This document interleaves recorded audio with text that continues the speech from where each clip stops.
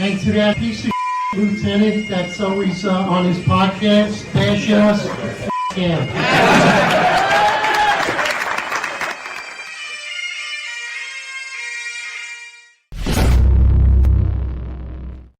Attention, roll call.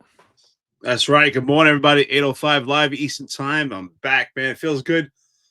Just celebrated the Marine Corps birthday on November 10th, and of course, yesterday, Veterans Day. So, to my fellow veterans out there, thank you for your service. Thank you for all that you do and all that you've done. With that being said, I want to give a shout out. I got some information here. I want to give a shout out to a police officer, cop in the South Bronx of the 4-4 precinct. We've mentioned several times. He's been battling a court case for about a year now. Kenny Victoria, the 4-4 precinct. He's got a court date tomorrow on the 13th. So I don't want cops to just go to court, and that's how we support each other. So if you can, reach out to him. Kenny Victoria, the 4-4 precinct. Reach out and see how you can help. He's been battling a court case. Real cop out there. So you know what? It's tough when the only recourse and the cops that just show up at court or the cops that don't show up. So if there's any way you can help him, I'd appreciate it. So with that being said, we'll jump into the topic. It's good to be back. John, you look good, brother. You still got more of a tan than I do. So what's up? How was your vacation? It went quick, man. It went quick. I think I spent more time in the air than anything, but it was a good time seeing my fellow Marines. And every year we have a reunion, so it's kind of like Brokeback Mountain, but without the Brokeback. Just like the college days, bro. That's it, So, we skipped the Brokeback making love part. That part. yeah. So real quick, I put out a little bit of misinformation yesterday, and I just want to correct the record. So I put this photo out. I got sent this photo a lot. I thought that this photo was after the election. Come to find out, this photo was taken at the home of slain officer Didar Islam. So this photo was taken. If you see, there's a bunch of NYPD guys, former and active, high-ranking NYPD guys, in the photo with Zohran Mamdani. So I put this photo out thinking that it was after the election, and it wasn't. So I said, while people are claiming that cops are running for the door because of Zohran Mamdani, some are running to the table of success. Now, it was funny. I laughed about it, but it wasn't accurate. I didn't intentionally mean to misrepresent this photo. Apologies to the people in this photo. I know some of whom I know are registered Republicans, and apologies to the family of Officer Didar Islam. I didn't mean to politicize this moment in history. My point in the whole thing was just that I was just showing that, while the news media and talking heads are telling you that everyone's running for the door, 5,000 officers are leaving, this, that, the other thing, it's the end of the New York City Police Department. The fact of the matter is there are people running to go work for Zohran Mamdani, former cops, active cops. And, and like I've been saying, and we all been saying on this network, is that like cops don't leave for political reasons. They don't leave because who the mayor is. They leave for personal reasons. Like if it was the case that cops left for political reasons, none of us would have been worked through the de Blasio years. Nobody would have worked immediately upon finding out about Eric Adams' election. I mean, it just is what it is. Like, police officers traditionally don't like the mayor, regardless if he's conservative leaning or not. You're going to have issues with who the mayor is. What's more important is who's in One Police Plaza, not who's in Gracie Mansion. And that was my point in the photo. So apologies to the family of Officer Didar Islam and to the men that are in that photo. I didn't mean to misrepresent it, and I did. It just wasn't intentional. We both worked for mayors that were in complete opposition doing police work, especially former Mayor Bill de Blasio. And we had no choice but to work. We knew that he tailed back from intrusive police work, but at the same token, we had to do our job. So I think that's an important flashpoint to discuss here. And that flashpoint is it the mayor that's ultimately responsible for morale, or is it NYPD leadership? So to me, no matter who the mayor is, and especially we see the downfall with Eric Adams, but it doesn't matter if it's going to be the same or worse with Zohran Mamdani. The point is, who's responsible for morale in the NYPD? It's the NYPD uniform heads. It's the leadership that's responsible for morale. It's their job. Excuse me. It's their job to also collaborate with the unions to maintain morale by showing support and backbone for the police officers, for the cops with their boots on the ground, supporting them doing their job, giving opposition, fighting back, making sure that the mayor supports their cops, making sure that they're supported to the CCRB, making sure that they're supported to the public and supported to the media when they're doing the job and doing it appropriately, as most of them do. So that's the problem. So the problem really is not, we can't blame Zohran Mamdani for morale. He's not even here yet. We could blame Eric Adams. However, but ultimately the fault is on the NYPD leadership that panded to Eric Adams, that allowed themselves to promote their own self-images, to promote themselves to forget the cops. That's the problem.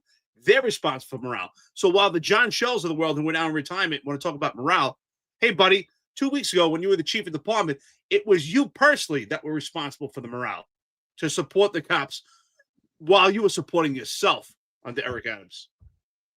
Yeah, and 100%. Listen, we're not denying the fact that the mayor appoints who's in charge of the NYPD, right? So there is going to be some type of effect directly from City Hall, but it's ultimately the people sitting in One Police Plaza that actually dictate your fate. Let's go back to Bill de Blasio for a second. We have Dermot Shea, probably the single worst police commissioner, did the most damage to NYPD morale and the NYPD rank and file of any commissioner in New York City history. He co-opted everything and anything that Bill de Blasio said, and a lot of what Bill de Blasio said was very damaging to the NYPD. He removed anti-crime, right? That afflicted every precinct in New York City, right? That affected many cops throughout the 77 precincts and the transit districts and the PSAs across New York City. He pulled them down. He pulled down plainclothes. So that affected the morale of the NYPD. That was done at the behest of Bill de Blasio. Also, on the onset of the vaccine mandate, Bill de Blasio went to One Police Plaza and said, how many cops do we really need to run New York City? Do we really need all of these people? And what he was told from One Police Plaza is that the police department could operate with 25% less officers. Whose fault is that? Now, de Blasio's an idiot, 100%. I blame him for the whole defund the police movement. I blame him for the rhetoric that really led to this anti-police sentiment. I blame Andrew Cuomo just as much, by the way. But a lot of the stuff that was coming from him, that's why we turned our backs on him, right? For those of you that remember.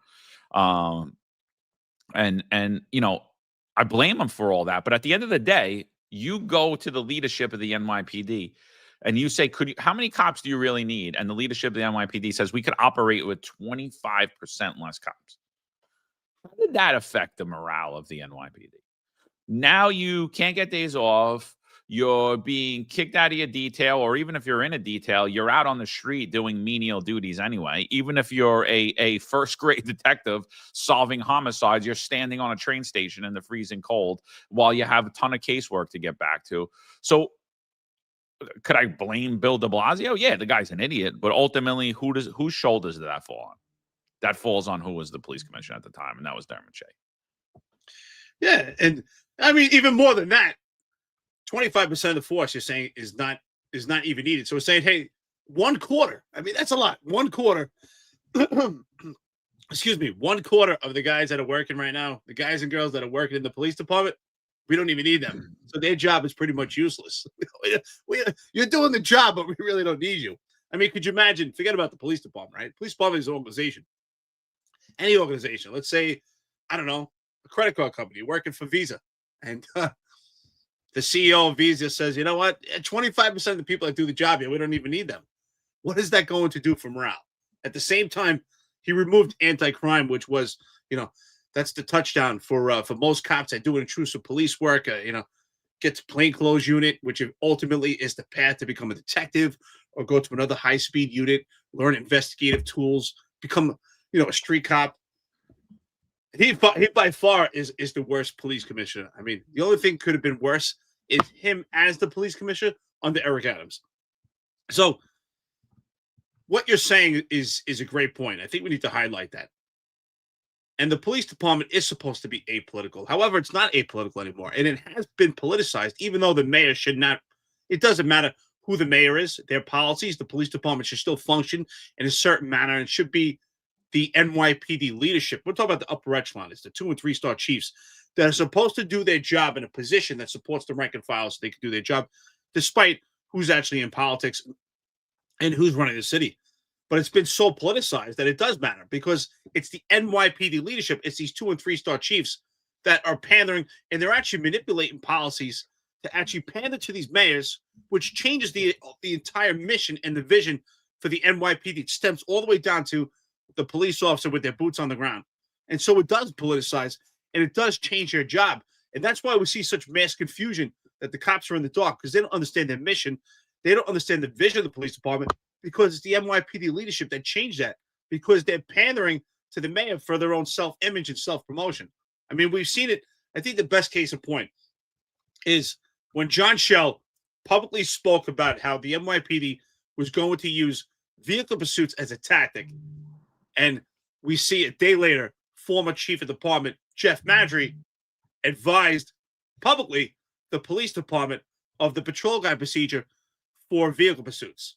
So you want to talk about no mission, no vision, and a complete mishmash of leadership? To me, that was an epic fail. That was right in the public eye. Yeah, I mean, and so like what's been happening across the media, the social media spectrum, and across the entire media, is that Zohran Mamdani winning the election has causing this exodus of police officers, completely ignoring the fact that for the last almost 4 years, we've had about 300 plus police officers leave the NYPD every month. An entire precinct in the NYPD every month retires, right? And these rates are exorbitant. Now, Jessica Tisch and Eric Adams have blamed this on the large class sizes. Others blame it on the fact that the mismanagement caused so much overtime that the minute that any type of overtime gets cut, officers retire. But everybody is ignoring the fact that none of that matters. Because what you're really seeing is a drain of morale. And how do you know that? It's because there's one fact that nobody wants to address. More police officers have retired early, which took a vested pension, or resigned under Eric Adams than any other mayor in New York City history. And so now you're losing all of this young talent, and you're losing middle career experienced talent, right? We've had inspectors, captains, lieutenants. You've had people in these ranks retire early, and nobody could explain why. It has nothing to do with the overtime. It has nothing to do with the large class sizes. And so we're just going to pretend it, but why? Because it has everything to do with the mismanagement and the morale. It has everything to do with the leadership of the NYPD. It has everything to do with the corruption scandals. It has a lot to do with the favoritism and nepotism when you look at promotions, you look at overtime, or you look at assignments.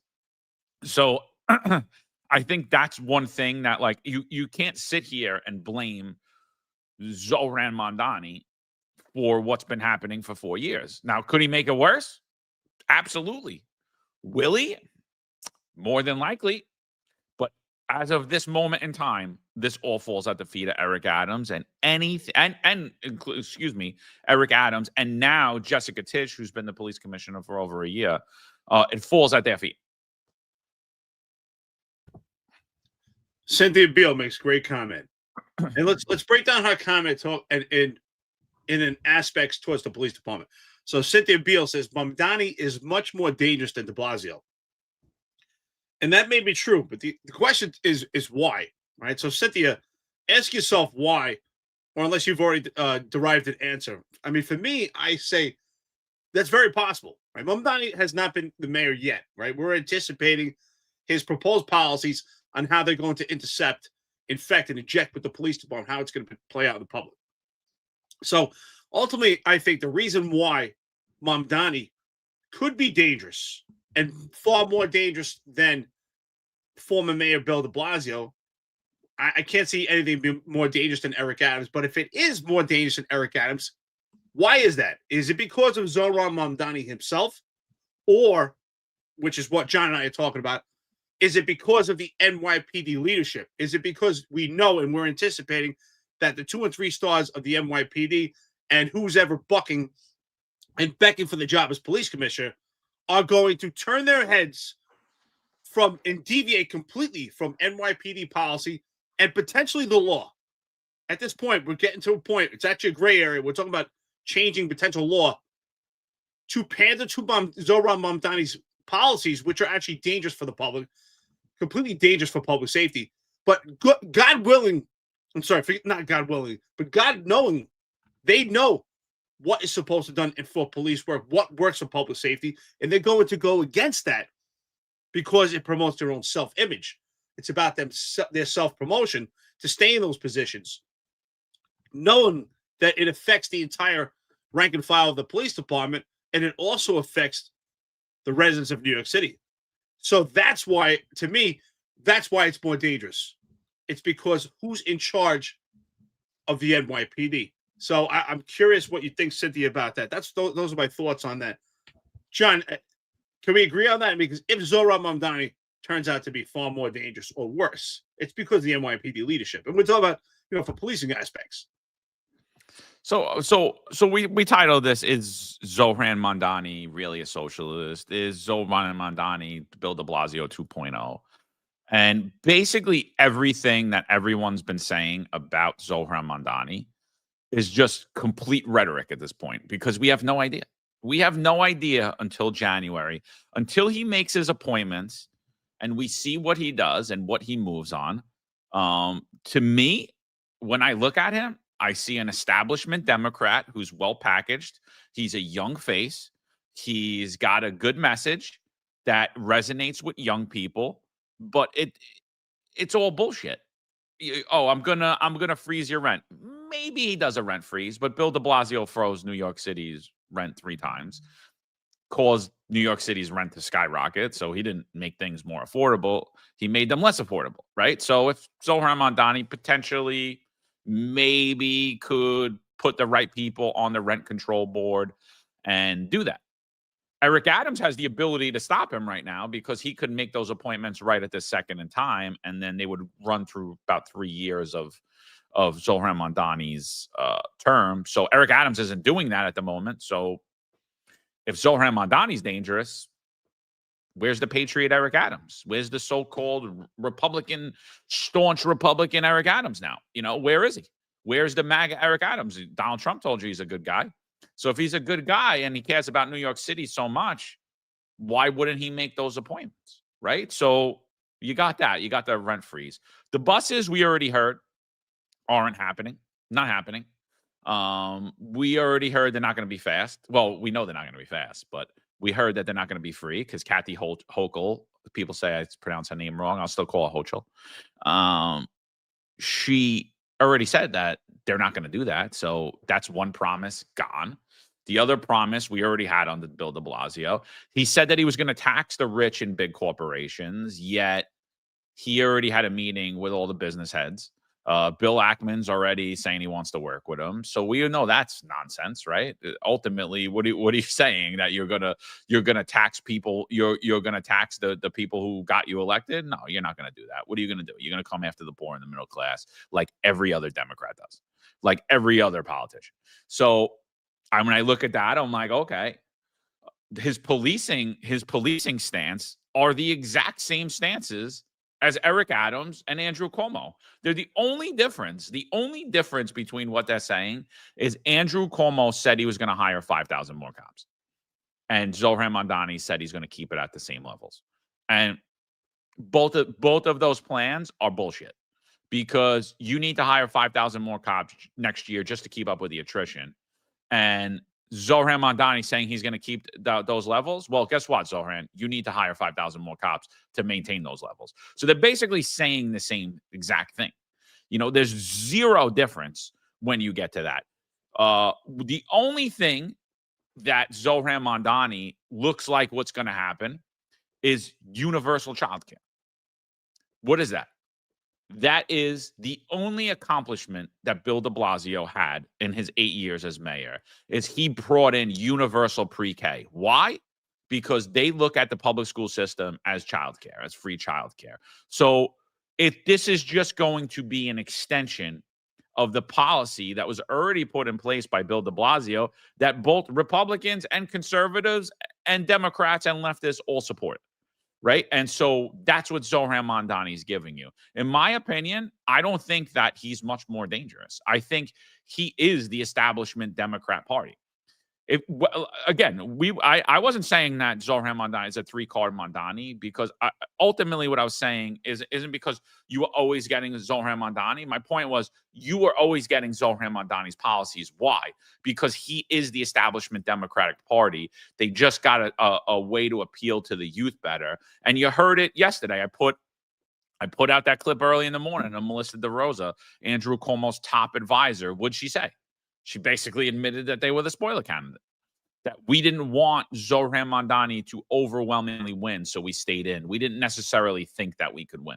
So, okay, so not only was Andrew Cuomo the definition of a spoiler candidate, but he actually admitted to it. His top advisor admitted that he's a spoiler candidate. So is Zohran Mamdani so dangerous? Yeah, he's just about as dangerous as every other politician out there. Joe Ramirez says universal child care is his legacy. You know, I agree. John and I spoke with this numerous times, and we both feel that former Mayor Bill de Blasio was an epic disaster. However, universal pre-K was one point that we could say here was an actual success. Now, when it comes to Eric Adams, which we could show he's far worse than former Mayor Bill de Blasio, because I can't think of one flashpoint. Like, oh, that was a good job. He got indicted. Literally First zero. mayor to be indicted. That's true. That if you consider that accomplishment, you know, he does have. You know, he had that interview with that girl recently, and she said he was like a walking Socrates. It's hilarious. So I think that ultimately Zohran Mamdani, which we spoke about numerous times, numerous times in length in the past couple of months, is the same as Eric Adams, is the same as former Mayor Bill de Blasio, is the same as Andrew Cuomo. He is. We talked about this. Is he the face of the Democratic Party? And we feel that not only is he the face of the Democratic Party in New York City, but on a national level, he's got so much name recognition. So is he a socialist? And the answer is if he pushes legislation further left in Albany, yes. If he defunds the police, yes. If he actually succeeds in giving out free items, especially with these grocery stores, the answer is yes. So are we really ultimately at this point, though, other than that stuff, are we actually reimagining police work, or are we just continuing police work as it is from the way it is right now? Is there going to be any difference?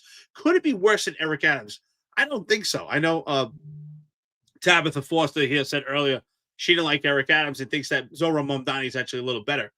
The only way I can say that is true, and you're actually right, is because up to this point, we haven't seen any corruption under Zohran Mamdani, and there's no reason for us to anticipate him running a corrupt administration, where Eric Adams came in as mayor and his entire career has been just a complete cloud of potential scandal. So I think, I think Zohran Mamdani, as sad as it sounds, might actually be better. So at this point, we don't know how he's going to respond. We only know the policies that were spoken about. Most of the conversations, the interactions we've had with Zohran Mamdani have been sound bites. He was on our network, particularly on this podcast, for about 20 minutes. So we didn't really get a chance to know him. So once he's in office, that may look very different. Even former Mayor Bill de Blasio had Bill Bratton as his police commissioner. So we may see something the same. I do anticipate Jessica Tisch staying on. I'm going to make a prediction. I anticipate she'll stay on, but I don't believe she'll stay on for the longevity. I don't anticipate Jessica Tisch doing 4 years as the police commissioner under Zohran Mamdani. So do I think it could be worse? If there's no corruption, it's already better. That's already success. So I just think right now it's a lot of fear-mongering, and it's a lot of deflection from the failure of Eric Adams. If I was Eric Adams, I'd be extremely excited right now there's so much information put out there right now about failures, and ultimately it's his epic failures. But yet Zohran Mamdani has been blamed for it. It's at the feet of Zohran Mamdani, but yet it's Eric Adams is the one that dropped this to the floor. Yeah, again, let's see what Zohran Mamdani does, but I ultimately think he's just the same old Democrat. I mean, like I said, I don't think it changes. Are things going to get worse in New York City under Zohran Mamdani? That remains to be seen. But if I was a betting man, I would say absolutely. I would say that New York City is on this downward spiral. The NYPD is on this downward trajectory, and it remains on this downward trajectory because that's all that we've seen from the Democrat Party. We've seen Zohran Mamdani be embraced by all of the top Democrats across the country. So he's basically the face of the Democratic Party. So if Zohran Mamdani, I just want you guys to put this in perspective. If Zohran Mamdani, you're sitting here and saying he's so dangerous, he's the most dangerous politician in America, what you're ultimately saying is the Democratic Party is very dangerous because he is the face of them. Yet you're willing to embrace an Andrew Cuomo who is an establishment Democrat. You're willing to embrace an Eric Adams who is an establishment Democrat. And so what you're seeing right now is just a complete peek at that. Maybe there is just really a uniparty and they all just work for the billionaires and we're all just getting played. Because I'll tell you right now, I think for all the rhetoric, Islamist, jihadist, he's practicing taqiyya and all this other stuff. For all that, I really haven't heard one radical policy that the kid wants to put into place other than the policies that got Eric Adams elected, the policies that got Andrew Cuomo reelected for his third term. He's literally just regurgitating the Democratic platform and he's putting it in a different light. So I don't see anything different with Zohran Mamdani. And I believe that the NYPD is headed in I believe that NYPD is in a death spiral right now. But I don't believe even if Curtis Sliwa got elected, it changes anything right at this moment. Now, I think if you would have got a candidate like Curtis Sliwa in, I think we could have changed the trajectory and the morale of the NYPD. But I don't think any establishment Democrat that you're putting in, or even an establishment Republican that you're putting in is fixing that. I think that we're headed for a really, really bad time when it looks to, you're probably going to see the lowest number of NYPD members ever. And let me just say, even if they bolster the ranks with unqualified people, you're going to see the lowest number of qualified police officers ever. And the quality of life in New York City, I believe, will continue to diminish. And I also believe that the customer service that you experience when you call 911 will be greatly diminished because it has greatly diminished in this last 4 years. And Pat Donahue alluded to it too. You know, Scott Monroe and all these other unions endorsed Eric Adams, yet they've never said a word about all of their members who have retired early or who have resigned under this Adams. They can't explain it. They won't explain it. And I believe that trend continues. So John, not you, John in the chat here says, the cops are not going to leave because of Mamdani. That's not why cops leave. So you know what? That's a great point. So I sat this weekend with with a bunch of Marine buddies. Every year I get together as a reunion with guys I went to boot camp with, which is now, I went in January 2000, so almost 26 years. We celebrate the Marine Corps birthday and we celebrate Veterans Day. And what's interesting, we're talking about all the harsh conditions that we went through. And it was those things that we laughed and smiled about. And I realized I'm coming back on a flight with only a couple hours sleep. I'm going to be doing the podcast again. And I realized after speaking about this, that no matter what, it's not harsh conditions why people leave the military or leave the police department. It's actually has nothing to do with that, right? We talk about harsh conditions that some of the cops have. They work in precincts that are just deteriorating. They work the range. The range isn't just an epic disaster. it's actually when you think about it, it's the harsh conditions that you actually laugh about, and you're like, oh, remember this, remember that, and you're proud of because you've had the fortitude to walk through that. But what gets you through those harsh conditions? Doing police work on busy streets, violent streets, working in precincts that just look completely decimated, having upside down tours, having to work an excessive amount of overtime. And I think when I realized the most important thing, obviously, is leadership, how that stems through the department, but the leadership, what affects the most important thing for the rank and file, and that's morale. And that's why I realized, speaking to my buddies, fellow Marines, in almost 26 years of, getting together and talking about, good times together, you laugh because the morale was so good, and the morale is still good and you laugh about the harsh conditions. So the harsh conditions you're actually proud of because the morale is so good. So ultimately, I think that morale is the most important thing. And if the morale's in the toilet, that affects everything. Because, think about it. When it was a $25,000 class, which was, I think, 2007, when cops were getting $25,000, they were still getting plenty of cops in the police department. People were not running for the door. They were actually running, trying to get into the police department to make $25,000 because the morale was so good. So if the morale is whole, all the things that are around it, low salary, harsh conditions, they don't penetrate that force of morale. And so I think ultimately morale is the most important thing. It's what affects that morale, what can penetrate morale.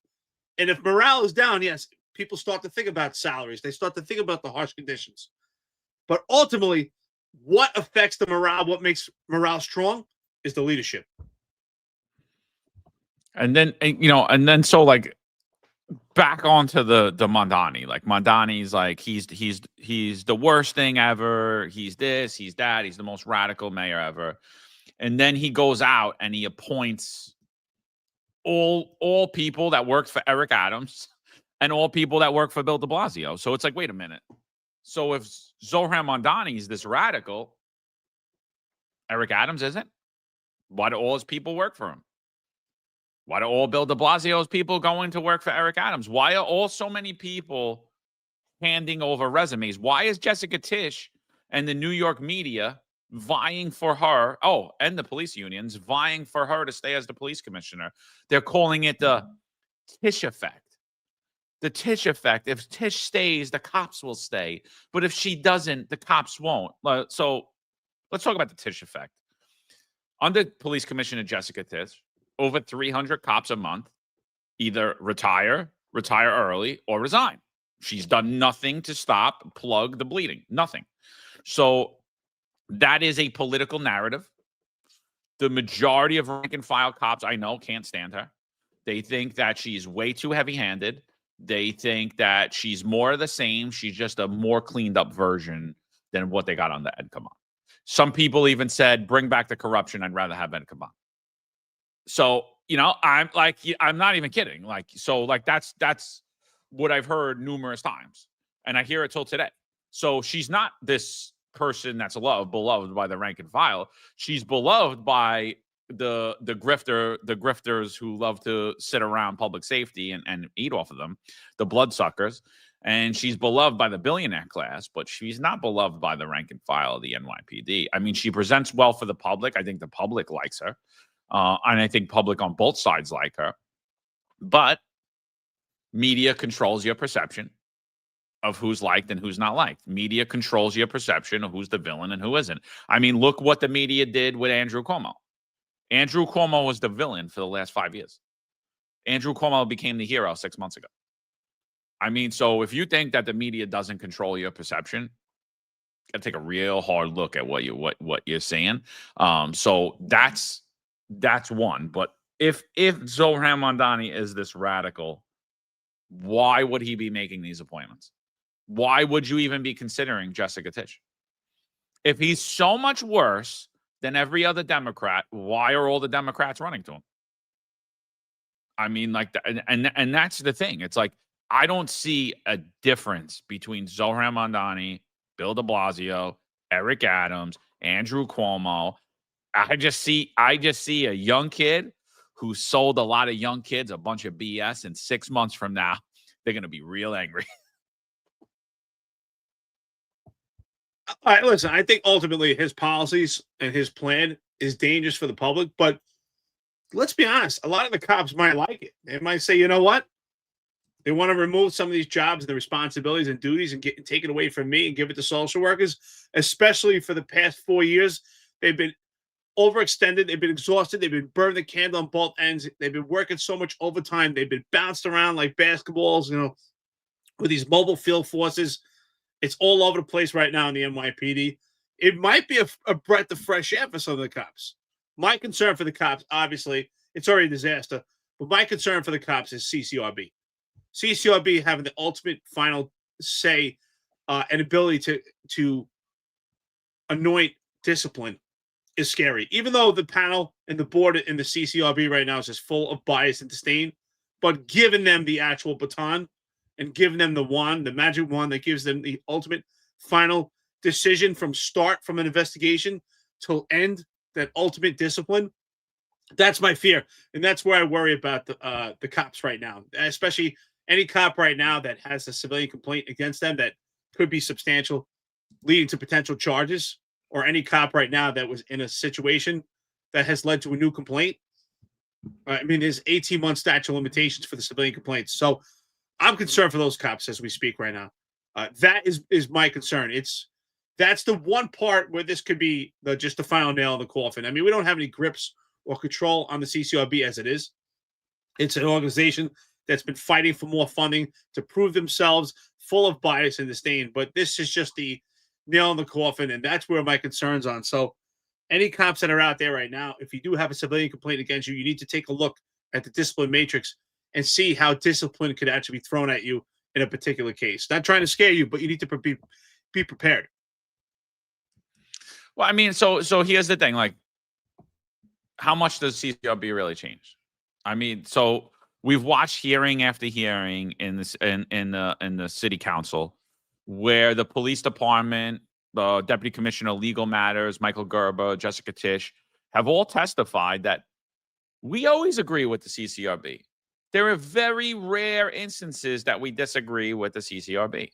So for the average rank and file, your daddy wasn't a chief. You don't know anybody on the job. You're not giving a 3-star chief good stock tips. You're not doing all his work. He doesn't see you, or he or she doesn't need you to operate daily. What really matters for you? You're a rank and file cop. Doesn't matter.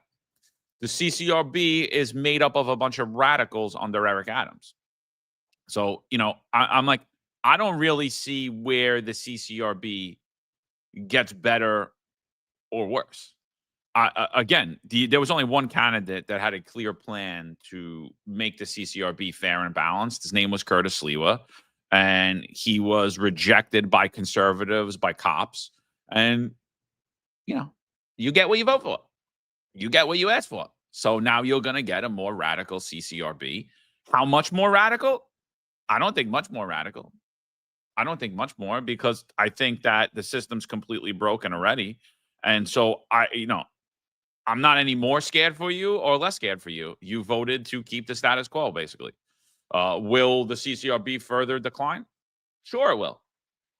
But that was the direction you were headed, and you all said, no, I want to stay in that direction because, Curtis Lewa can't win. So we got to vote for Andrew Cuomo, who's going to appoint radicals to the CCRB board, just like he appointed radicals to the parole board who released 43 cop killers.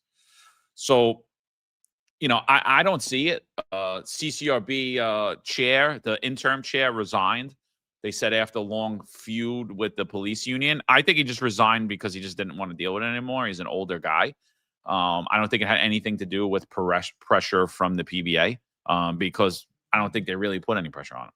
So I think he just got sick of dealing with it. And, and you got to think again, all these resignations now, these moral resignations, like Rob Tucker, not deputy commissioner, commissioner of the FDNY, he's resigning because he's a Jewish New Yorker. It's like, Rob, well, I get it. I get what you're saying.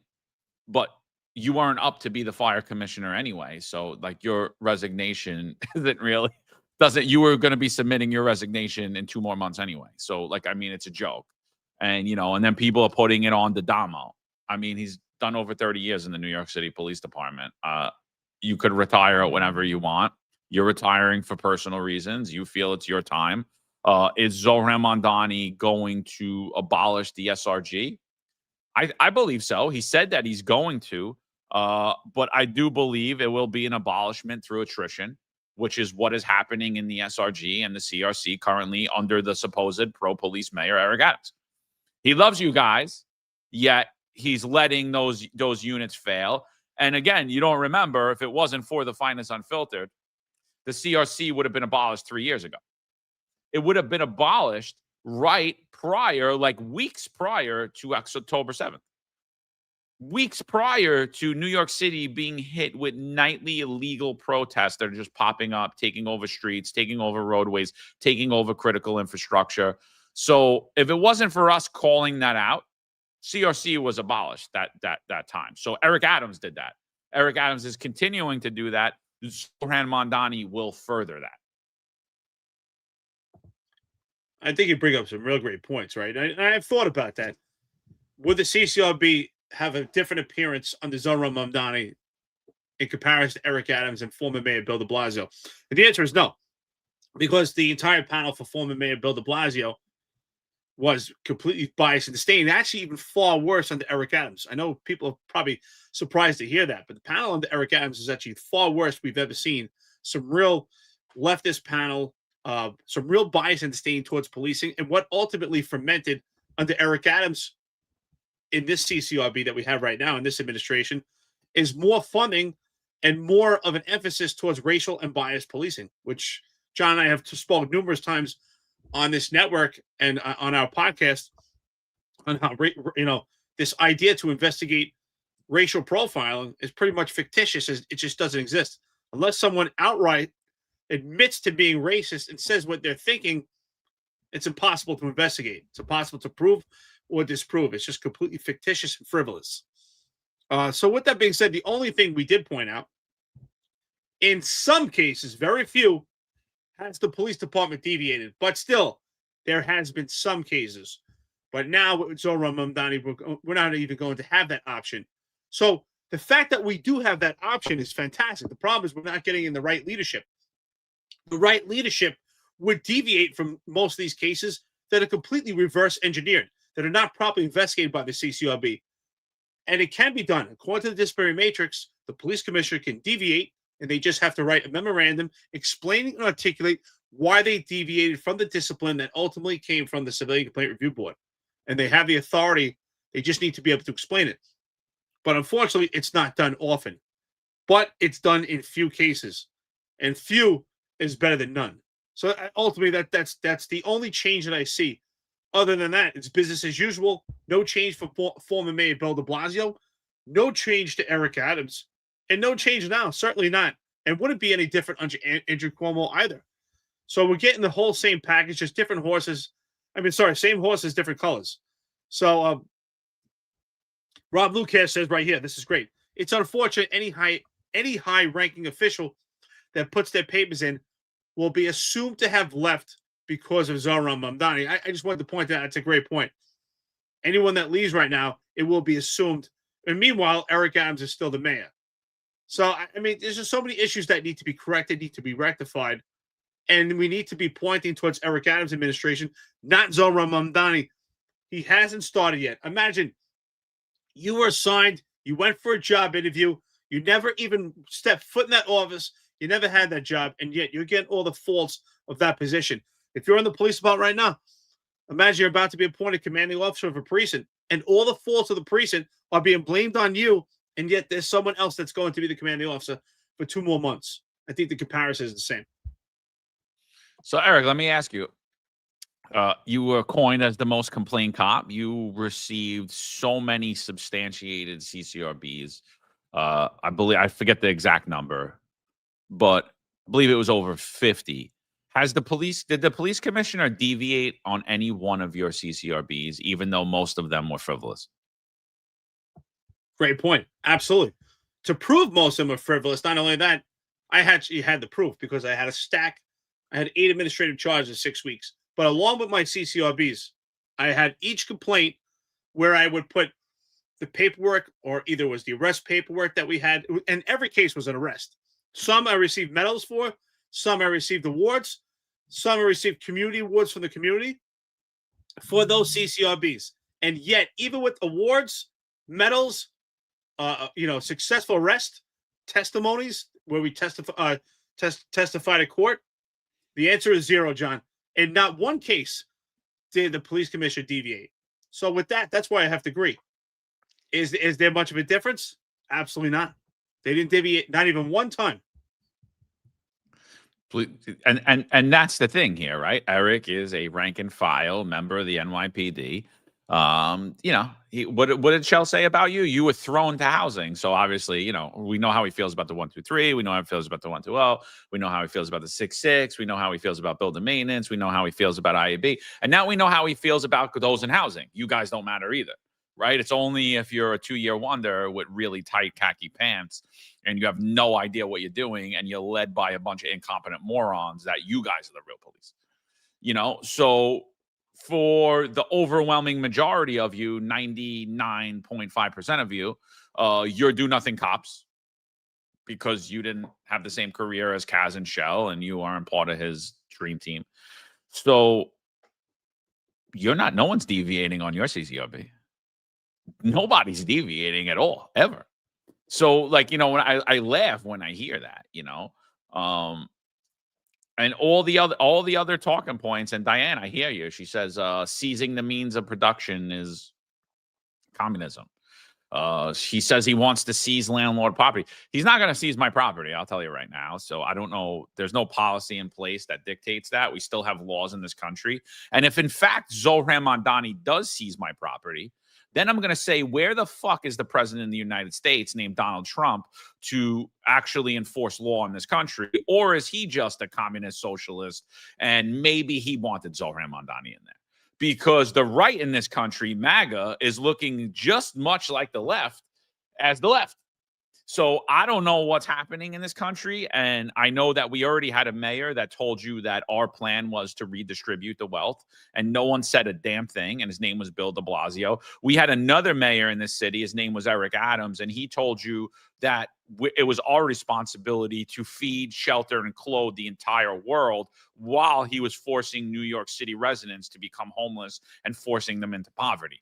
And he told you that the borders should remain open and we should open our world to our own home, that you should accept less of a police service for the greater good, that you should lean into volunteerism.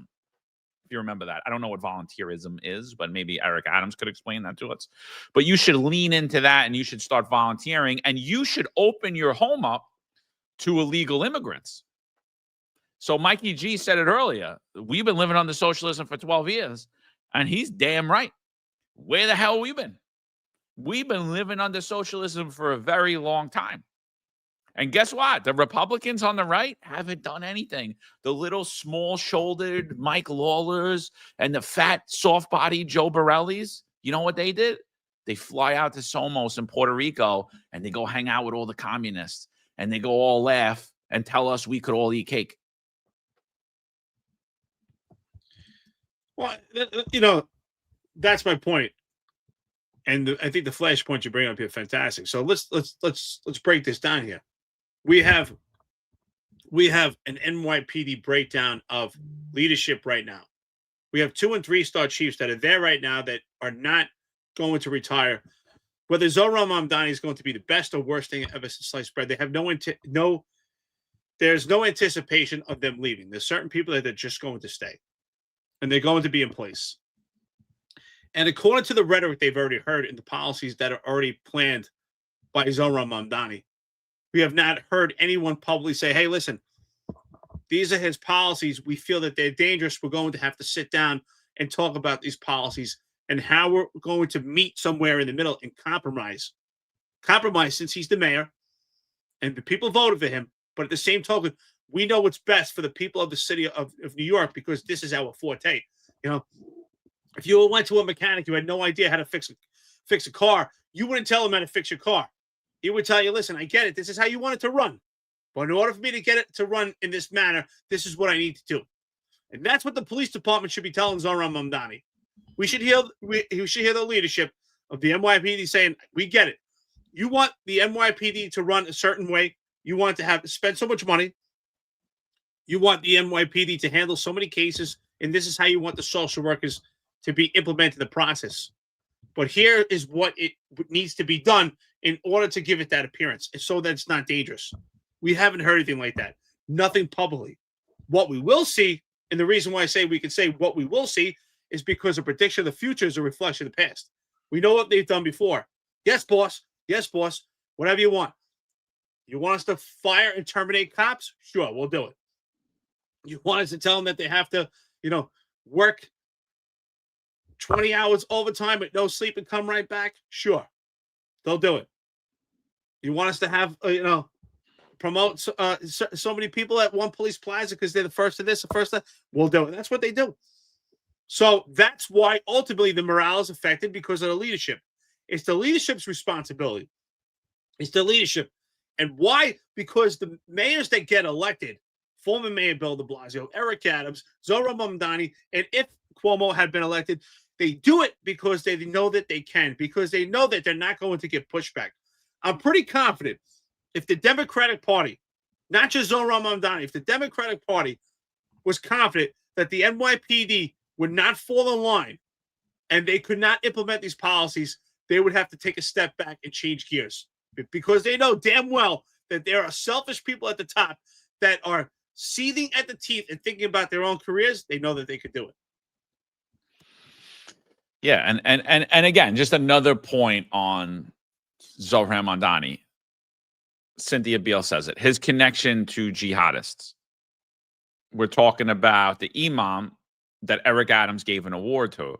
We're talking about a photo of an imam that Zohran Mamdani took a picture of that Mike Bloomberg campaigned with. We're talking about the same imam that Bill de Blasio hung out with. So, okay.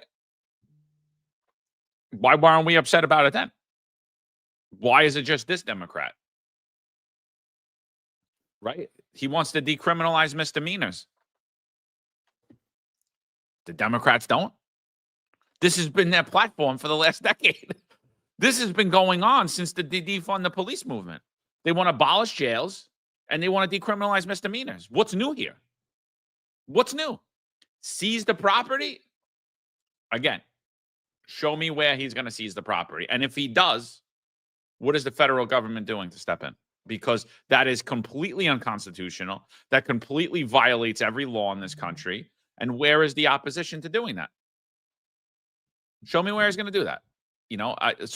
To me, I see all of this stuff and I'm like, all right, I get your concern with Zohran Mamdani. I agree with you. He should not be the mayor. But you all continue to vote Democrat, and Zohran Mamdani is a Democrat who has the same exact policies as the people that you are running to save you. That's is he Bill de Blasio 2.0? Sure. He's Eric Adams 2.0. He is an establishment Democrat. He's not a far-left socialist. The Democrat Party are far-left socialists. The entirety of them. The embrace of Eric Adams and the embrace of Andrew Cuomo by MAGA, by the President of the United States, has shifted everybody, has shifted conservatism all the way to where far-left progressive politics are now the norm. It's acceptable.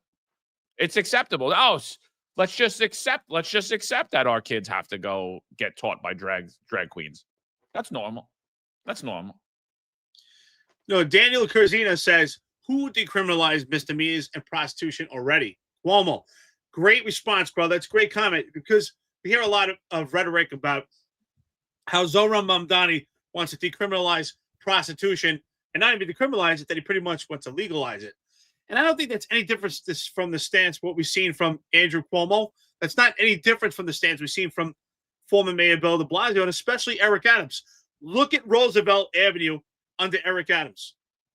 It's pretty much decriminalized. Yes, was there a so-called operation? that Kaz Daughtry did a self-promoting image video to promote that they were removing prostitution? Does it look any better on Roosevelt Avenue now than it did 1 year ago? Absolutely not. In fact, it looks far worse. What Zohran Mamdani has been saying was he's not going after prostitution itself. And what can I assume by that is the sex workers and the Johns themselves. But he never mentioned if they would still target human trafficking or not. So that's something completely different. So he may decriminalize prostitution, but still have an effort to combat human trafficking. We haven't heard anything about human trafficking. So I think that's something completely different. And we see it under former Mayor Bill de Blasio, and especially Eric Adams, that prostitution has been pretty much decriminalized. Not far different from what you expect from Zohran Mamdani. So Daniel Curzona, if I'm saying your name right, or Kurzna, great comment, great response, brother. Appreciate it in the chat. Definitely. So, and again, like we just got to be realistic with what's going on here, because we're being told that somehow, some way, Zohran Mamdani is not a Democrat. He's not part of the Democrat establishment. And so here's Melissa DeRosa. Jack Stern had reported yesterday how she's good friends with Elise Stefanik, right? Good friends. Showed numerous photos of them together. Showed their connection where they went to school. And so here's her yesterday, and here's her talking about that, basically confirming that Andrew Cuomo was the spoiler candidate. And she's pretending like, oh, well, you know, what we wanted to do was ensure that Zohran Mamdani didn't get a large victory. I mean, it sounds good, but in all reality, what they did was ensure a Mamdani victory. So when we were saying here that a vote for Andrew Cuomo is in fact a vote for Zohran Mamdani, here is Cuomo's top advisor, Melissa DeRosa, explaining this to you. Listen to what she says. We did some soul searching. We did some honest reflection about what went wrong in the primary. And we made some real changes. We looked at some math and we decided that it was worth getting in. Not because we believed that we could prevail necessarily, but we believed that if we didn't get back in, you would end up with Zohran Mamdani having a landslide victory. We did some soul searching. So you would have him live it. What does it matter? What does it matter? So I posted this clip yesterday morning, and Laura Luma weighs in. And she says, Andrew Cuomo's top aide, Melissa DeRosa, confirms Cuomo only ran for mayor of New York City to help Mamdani win with the perception of some competition, so it wasn't a landslide. In July, I posted evidence that showed how Andrew Cuomo's consultants were Mamdani's consultants. Three-car Mamdani, maybe. I said it appeared as though Andrew Cuomo was running for mayor of New York City to help Mamdani win. Today, we now know that is exactly what he did. Cuomo advisor Melissa DeRosa just did an interview with Errol Lewis and said Cuomo only stayed in the race because his campaign wanted it to look like Mamdani wouldn't win in a landslide, even though they always knew he would win. I always said Cuomo was running to help Mamdani, and I always knew that this was the case. When I discovered that Cuomo's PAC money was paying Mamdani's consultants. If you voted for Cuomo, you voted for Mamdani. Don't say I didn't warn you. And so that's just it, right? So what happens is PACs put together money. People put up these legal entities and they donate money to these PACs. And then these big PACs with all this money in there donate to the campaigns. And what Laura Luma exposed was that one of Cuomo's biggest PACs was actually paying consultants on Mamdani's team. And you all voted for Mamdani. If you voted for Andrew Cuomo, you in fact voted for Zohran Mamdani. So, yeah, 8%, yeah. Curtis Lewa got 8% because the president of the United States wanted Zohran Mamdani to be the mayor of New York City.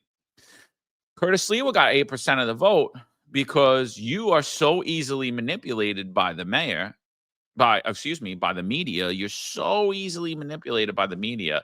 You're so easily frightened by what's on your television and what they tell you is going to happen that you actually voted for what you're afraid of. You voted for Andrew Cuomo, and your vote was really a vote for Zohran Mamdani. And not only days later do they admit it. Right. So the question is, did people see him? Did people see Andrew Cuomo as a vote to take away from Mamdani, or do they see it as if you vote for Cuomo, you're actually creating a better pathway for Zohran Mamdani? So to the Sid Rosenbergs of the world and Dov Hikens, what do you think now? And the question is, what did they think then? Were they in on it? If this is true, were they in on it, or were they just blinded stupid? Because this push by these fake Republicans to get behind Andrew Cuomo so that Zohran Mamdani doesn't win was just a complete abomination. This is an election history that we should just not even remember. It's absolutely terrible. This is a disaster. But it goes back to what we said a long time ago. You vote for Andrew Cuomo, you get Eric Adams. You vote for Eric Adams, you're getting Zohran Mamdani. You vote for Zohran Mamdani, you get the same thing. Does it really matter if you get Andrew Cuomo with a better hairline or Zohran Mamdani? It doesn't matter. They're all the same. I mean, really, you know what? The only difference is, honestly, maybe Zohran Mamdani is a little better than them because Eric Adams is just clouded with corruption his entire life. I'm tired of hearing his one-liners. And Andrew Cuomo is just an epic fail who destroyed lives. And Zohran Mamdani doesn't even have a resume right now. So you know what? Give him a chance to dirty up his resume too. It's just, could he be any more dangerous or any worse than what we had? I mean, could it get any worse? An entire corrupt administration, is that enough? Like, where can it get worse? This guy, Andrew Cuomo, is responsible for thousands of deaths, responsible for all the legislation that Eric Adams does not oppose. Do you think Andrew Cuomo would be against a protest settlement? No, he's all for it. They're all the same.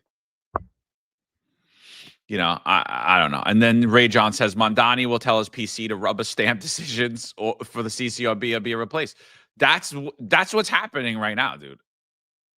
That's exactly what's happening right now. This Jessica Tisch rubber stamps everything the CCRB says, unless there's some political pressure there in the handful of cases that she disagrees with. And I don't even think it's because she disagrees with them, other than it's political pressure. And the handful of times they don't even report to the CCRB the allegations that happened to keep people safe. So if you're not in with the in crowd, really doesn't affect you because you're already in that rubber stamp situation anyway. If you're a rank and file member of the CCRB, you already are under a Mamdani CCRB. You just think you're not. Just like you thought you were voting for someone to save you, someone that believes in public safety, and you thought that Andrew Cuomo found God miraculously 3 days before an election. So I mean, there's some this segment up. Like, I personally think there is no difference between Zohran Mamdani or any other Democrat, other than if you get a guy like a Bob Holden, and Democrats overwhelmingly reject Bob Holden. I think when you look at Zohran Mamdani on its face, he is the face of the Democratic Party because he pushes the exact Democratic agenda. There is nothing different about Zohran Mamdani than is different about a Kathy Hochul, a Nancy Pelosi, or any other Democrat down the line. I don't see any different in policy. There is no difference in policy between a Cuomo or Eric Adams. We see it. Eric Adams is the mayor of New York City. We see it currently what his policies are. They mirror Mamdani. We know what Andrew Cuomo's policies were. They mirror Mamdani. And you saw it clear as day on the debate stage. There was not one difference between them. There was not one. And we're going to sit here and pretend like somehow there are people that are moderate Democrats. I don't think so. Maybe a Bob Holden, maybe a Fetterman, maybe. I mean, I don't want to say maybe a Bob Holden, definitely a Bob Holden. But again, he's rejected overwhelmingly by Democrats. Mm-hmm. He's not looked at as a traditional Democrat. He doesn't align with the Democrat agenda, and we see guys like Fetterman starting to sway from the Democrat agenda. But Zohran Mamdani aligns perfectly with the Democratic agenda. I believe he's Bill de Blasio 2.0. He's Eric Adams 2.0. Probably have a lot less blatant corruption. Probably ends the on-duty for booty program. Probably ends the cash for ass program. But, I mean, other than that, I don't see anything new here. Well, that's the reality. There is not much new. I mean, since former Mayor Bill de Blasio, it's been on the same plane. They're all on the same level playing field. If anything, maybe Zohran Mamdani will be better, because Zohran Mamdani was on here for about 20 minutes. And one thing I'll give him credit for is, despite the fact that I didn't like his response, and neither did you, about bringing back city agency workers, he didn't shy away from the question, and he answered it. And basically what he told you was that he was willing to do potential lockdowns and vaccine mandates going further. And who did lockdowns already? Andrew Cuomo. So what difference are you getting? And who actually administered the vaccine mandate and held it through was Eric Adams. So I don't see how it could be any different. Right? We already know the devil that we've gotten, which is Eric Adams, former Mayor Bill de Blasio, is the same devil in Andrew Cuomo and the same devil in Zohran Mamdani. So what difference does it make at this point, honestly? Really, it comes down to the NYPD leadership. And that's why I said, you brought up some point before where not only do we break policy, but we break law under mayors, where the NYPD leadership is willing to break policy and break the law to pander to their mayor. And some people may say right now, well, okay, well, I guess I can see them bending policy, but not breaking the law. They broke the law. Marlon Bethel was terminated for not complying to a vaccine mandate. John's religious accommodations were not taken into account. That is breaking the law. They didn't just break policy, they broke the law. They broke the law to pander to Eric Adams. So the NYPD leadership is willing to break the law. So will they break the law under Zohran Mamdani? And you could assume the answer would be yes, because they already did. Yeah, and Joel brings it up here, and that's why I'm saying, like, I think like the whole MAGA movement has been corrupted, and I think the Overton window in this country has shifted significantly, and you got losers like Benny Johnson with his fake hair sticking up out of his head, telling you this is the golden age of America. And Joel Ramirez brings it up here. Did we forget that there was a terrorist at the White House this week? Why are we not upset about that with the Al-Qaeda leader? Everybody was taking photos with him. He was over in Fox News. We had people taking photos with him. We've moved to so far to the left. It's insane. It's insane. So you're beating up Mamdani for the one photo, but we're not going to beat up the people on the right when they do it. We're not going to beat up the establishment Democrats when they do it. And again, when you look at the policy of mandates and lockdowns, here you have a socialist, right? Workers' rights. What's the communist agenda? Workers of the world unite. What did he say? Did he say, oh, I side with the worker? I side with the poor immigrant who became a cop and had the thumb of tyranny pressed on his head? I side with Marlon Bethel? No, he didn't tell you that. He said, I side with the oppressor. I side with the tyranny. He's not a socialist. Well, I mean, I think to be fair, I think both the Republican Party and the Democratic Party are all corporate socialists. So I think that's true. But is he any different than the traditional Democrat? No, he's not. He's absolutely not, in my opinion. I don't see it. I just don't. I don't think it. And how is Mamdani? Johan K says, how is Mamdani establishment? Because every single one of his policies is mirrored by every other establishment Democrat. There's nothing new here, people. I mean, it's not hard. Oh, you know what, John? People are so concerned about city-owned grocery stores and free bus fare. Now, free bus fare, we already acknowledged that is already done right now because people aren't paying the bus fare; they're just getting on the back of the bus. But my brother-in-law is a bus driver. He literally says, like, only idiots pay. Only people like me and you who, like, it's like a suggestion at this point. You just walk up. If you want to pay, you pay. If you don't, they're instructed not to say anything. You just nod your head. But what about all the free stuff that Eric Adams gave out during this administration to illegal military age males? Everyone got off a bus. They got free meals, free shelter, free access in New York City under former mayor. Former mayor, he's still the mayor in 2 more months. Eric Adams. Under Eric Adams, they got all this free stuff, far more expensive than a city-owned grocery store that you'll see under Zohran Mamdani, which has not even been implemented yet because it has to go through legislation potentially going to work out. But under Eric Adams, we have potential people feeding off these private contracts. We have a whole economic wheel going on under Eric Adams. Well, illegal military age males, we get all this free access, free shelter. So what difference does it make? If Zohran Mamdani is a communist, so is Eric Adams. Yeah, no, I totally agree. Mike M says, John, the city has seized landlord properties for reason other than non-payment of taxes, mainly due to deteriorating conditions or constructive abandonment during the 70s and 80s when slum laws ruled. Outside of that, I don't think Mamdani can seize property. Now, so can the city claim eminent domain too? Yeah, they tried to on one of my properties. I had the New York City DEP hit me with bullshit violations and basically lie about what was on my deed. I went into a hearing about it and I prevailed only because I think they thought they were worried about the bad publicity because of it. But I think it was a land grab, and I think it was a land grab for the city to get my property for no cost. And ultimately, what would have happened is, and what I said to them at the time is, I said, I feel like I'm being extorted. I feel like you're trying to extort me and take my property, and then I'm going to turn around in 10 years and you're going to say that my property is now buildable and some developer is going to buy it for you that is heavily connected to politics, and he's going to build on my property, and you would have stolen it from me and sold it to him for absolutely nothing. I just feel like that's what's happening here.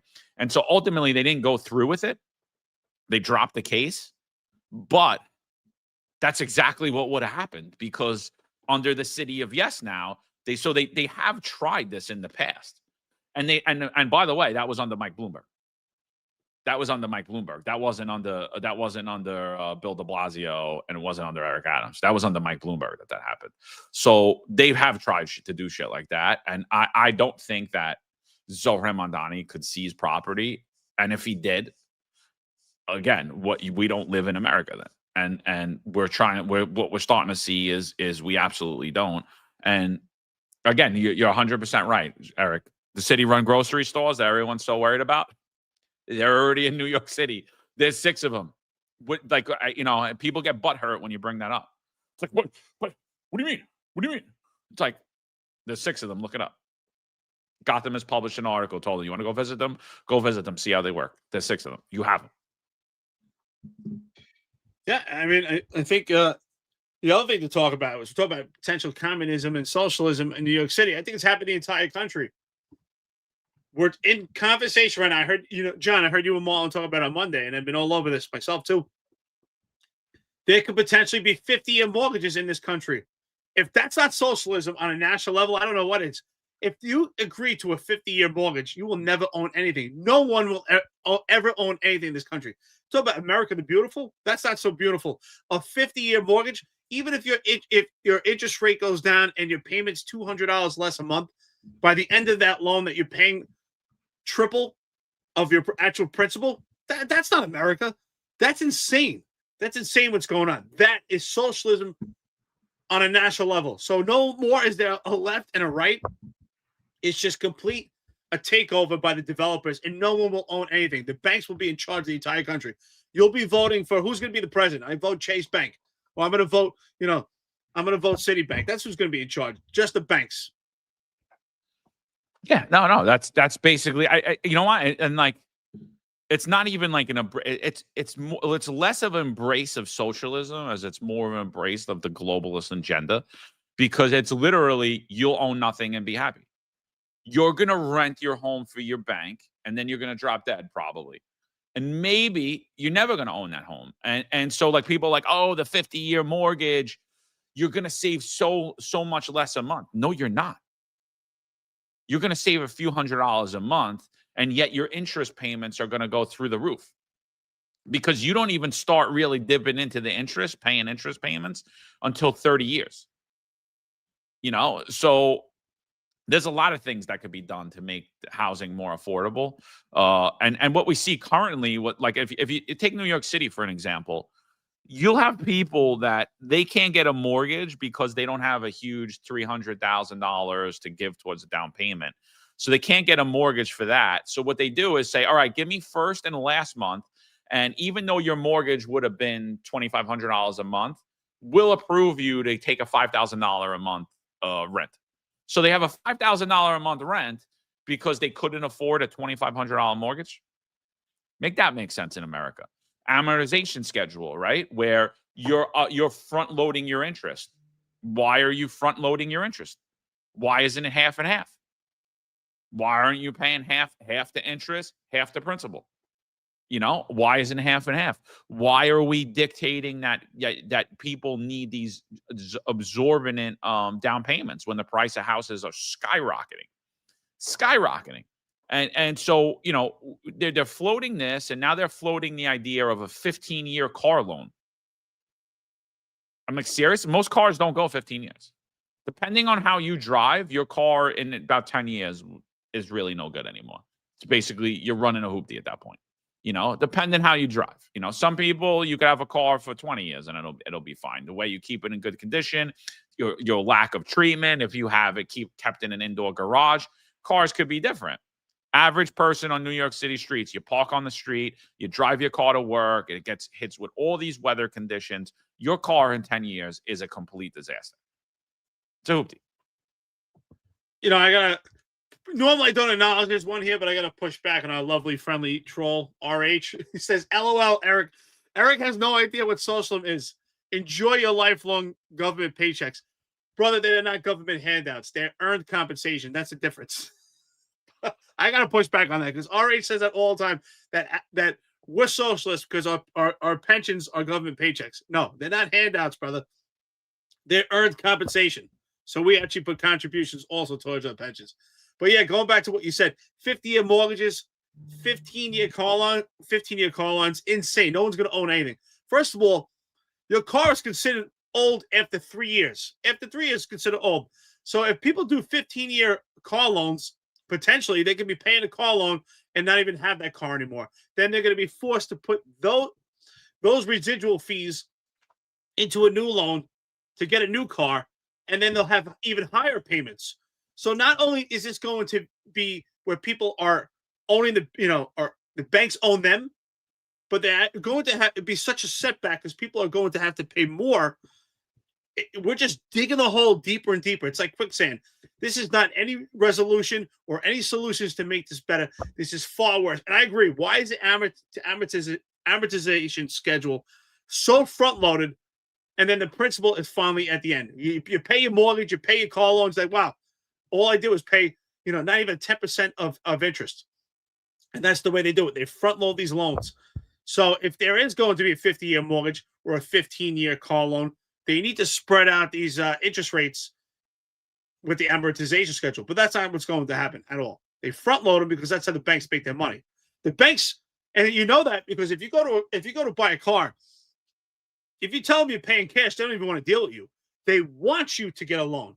They want you to get a loan because they want you to pay interest. That's where they make their money.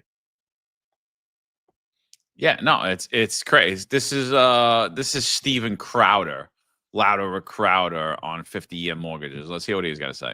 50-year mortgages to purchase single-family homes. This has been floated by President Trump and just seems like a terrible idea. This 50-year mortgage idea. So a significant MAGA backlash, calling it a giveaway to the banks and simply prolonging the time it would take for Americans to own a home outright.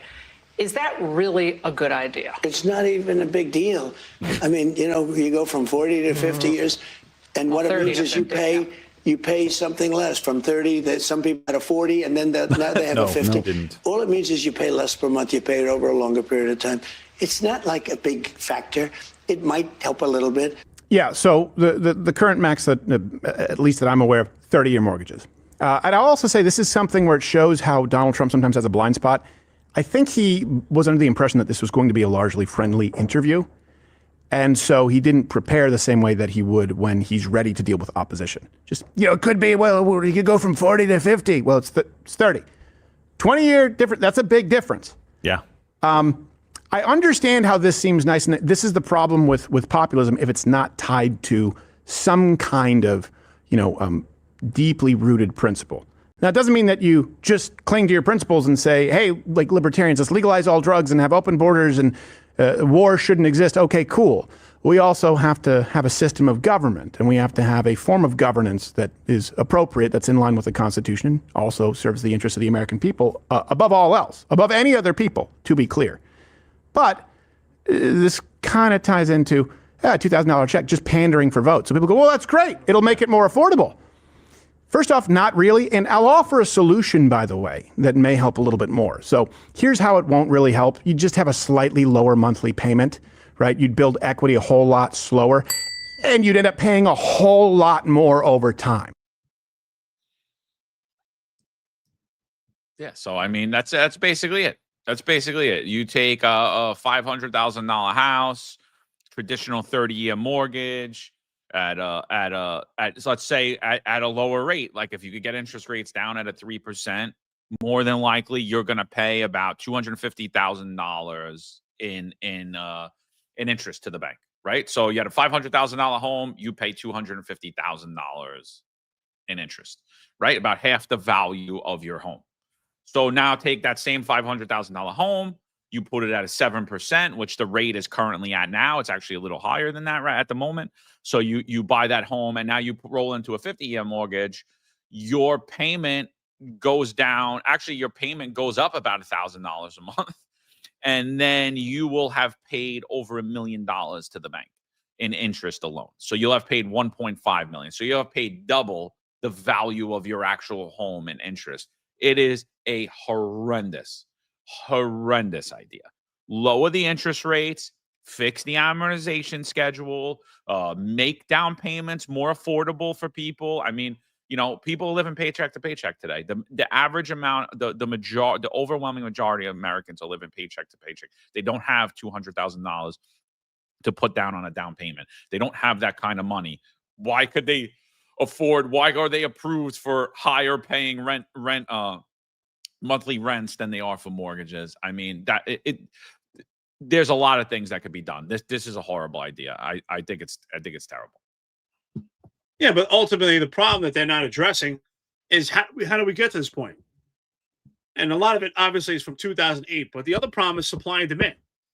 So if we lower the interest rates and now people are starting to buy more homes, now we have less supply. And now if we have less supply, we have more demand. Now the prices of the homes go up. And we're far worse. Now people are stuck with 50-year mortgages, and they're never going to see any equity also because of that. Because they're paying more interest over time, it takes them longer to get to a point of equity. So people don't even have any money to actually get themselves into another house. If their family gets bigger and they need a bigger home, and also because there's no supply. So they're not fixing the problem with supply and demand. I think this ultimately is the disaster. And when Trump spoke about it, it didn't sound like it was very well thought out. No, yeah, I don't, and supposedly someone posted it that Pulte, who's in charge of housing or whatever the hell his title is now, Pulte Homes, that he had like presented the idea to Trump, and Trump tweeted about it 5 minutes later, and like, so it really wasn't well thought out, is what we're being told. Another thing I just want to bring up before we move on to the next topic. Lieutenant Jaswant Dial took his own life a couple of days ago. So Fund the First is running a fundraiser for the family. Beautiful family, 3 little girls, a young boy, beautiful wife. 22 years on the job. Basically came out with me and Eric. Lieutenant, I don't know what sparked it. I don't know what happened, but obviously we talk about it a lot.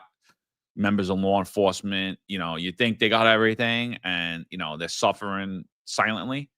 So if there's anything you could do to help the family, I guess go over to fundthefirst.com, look up that fundraiser. If you could donate any money, I think I met a psychologist the other day at the polls, funny enough.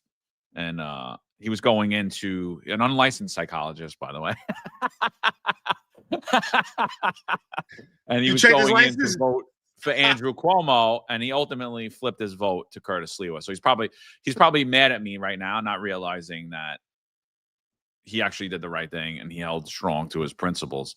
But you know, we were talking about mental health on the job, and he was saying how badly health and wellness is failing the rank and file of the NYPD, and how that's one of his passions is first responder mental health. His brother's on the job. His brother's a cop, and I kind of agreed with him. I was like, you know, I think that there's a lot more that could be done to help the mental well-being and physical health of cops. You know, this is horrible. Like, I just can't explain this. I can't explain leaving these 3 girls behind, the son behind, the wife behind, you know, other than this is a severe mental illness crisis. That's a beautiful. That is. I saw the photo before. It's a beautiful family photo, and you know, God bless that family, and hopefully they could persevere through this and whatever demons he had going on or whatever was in his head and made that decision. Anyone that's out there that's thinking that, you know, and I've done a lot of seminars and a lot of helping out with Papa to help anyone that was on the fence or, you know, had suicidal thoughts. There's always another day. There's another day. If it's not another day, there's just another minute. You always have to tell yourself one more second, one more minute, one more hour, one more day. That's how I do it. If there's any day you're ever uncomfortable, things happen, you know, days where it's just so painful thinking about Derek, I just say one more second, one more minute, one more hour, one more day, one more week, one more month, one more year. Just and that's the way you have to do it. You have to sometimes live breakfast, lunch, and dinner. And I think ultimately the NYPD is failing the men and women. There has been no solution. Nothing's changed. We've had this epidemic for years of cops, any rank, despite rank doesn't rank does not take away from mental illness. And we could say, well, cops aren't mentally ill when they get on the job. They go through a background check. But yes, when they're having issues, that's a mental illness, something that's debilitating. You hurt your leg, right? If you're sick, you have an illness. Same thing with mental health. It has to be priority. If anything, the mental health of the cops has to be number one. You know, having a small mental health and wellness unit is not enough. Having these little videos is not enough. We have to get to the root of the problem and really do an evaluation of what the plan is to get to the root cause and help these people, help our men and women. Because look at this beautiful family right now that is missing their loved one. To many, it's just it's just another law enforcement officer. But to this family, that's a father. That's a husband. That is the protector of that family, and he's gone. God bless that family. Yeah, terrible, unexplainable. Really, it really is. It's just a complete tragedy, and it just keeps happening. It just keeps happening. Another race, I think that people. It's not even a race, actually. It's an internal. It's more of an internal race inside of New York City Council.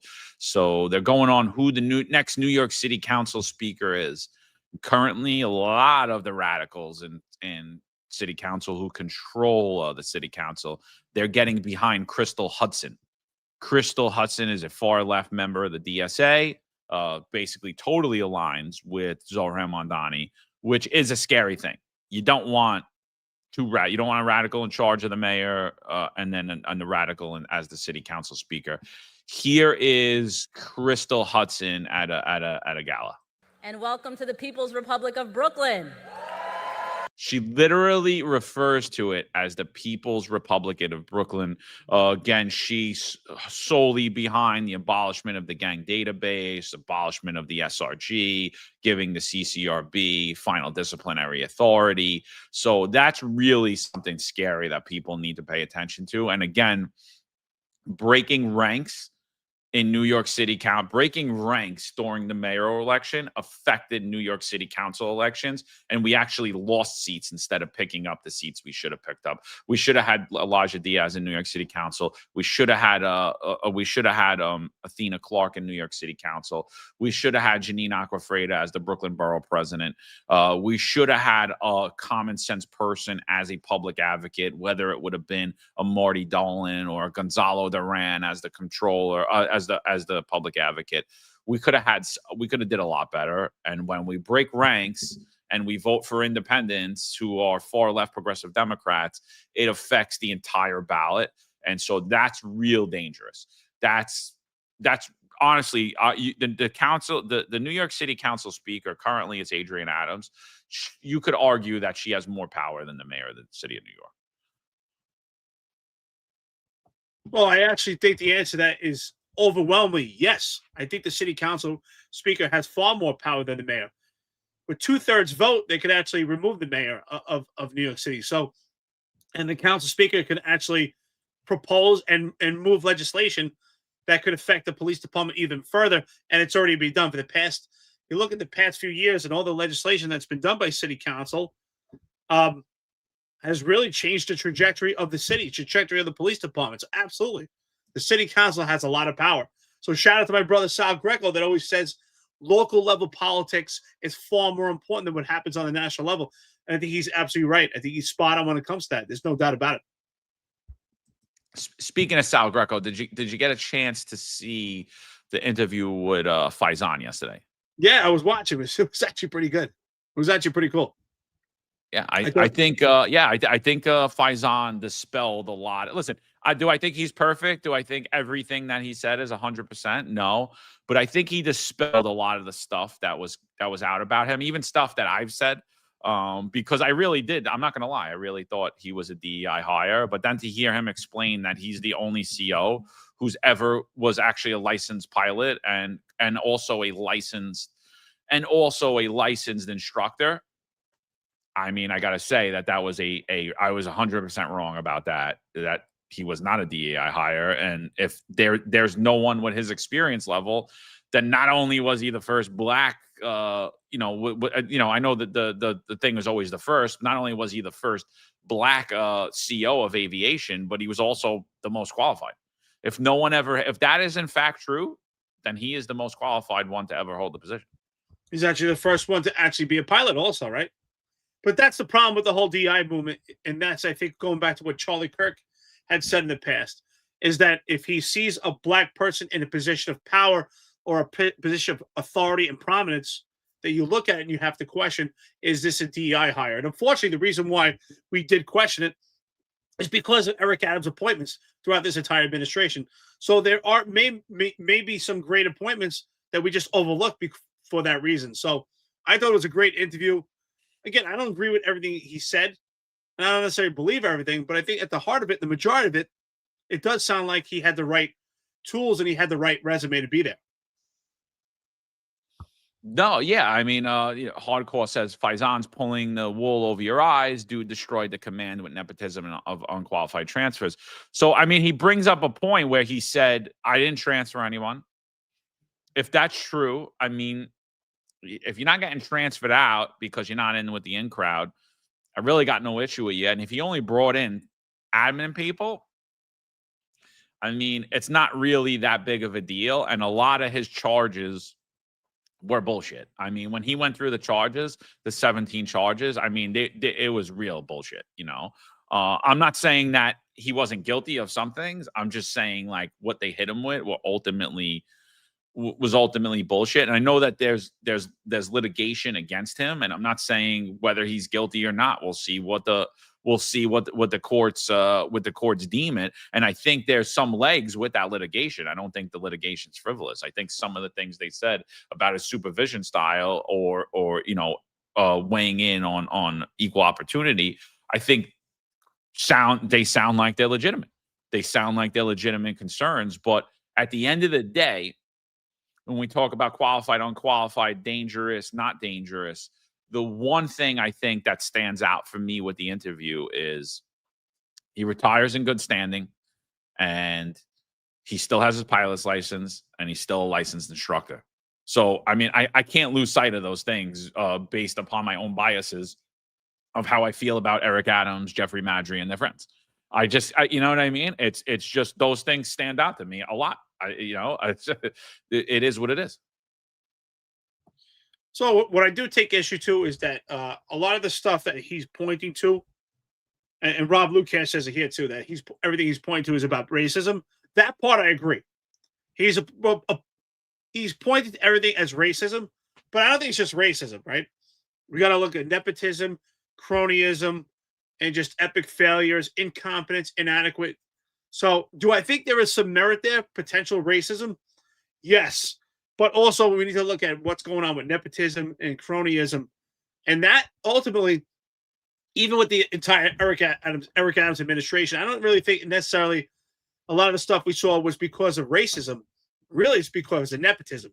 You know, even when Kaz Daughtry was appointed, you and I were the first ones to say we don't believe he was put there because he's a young black kid.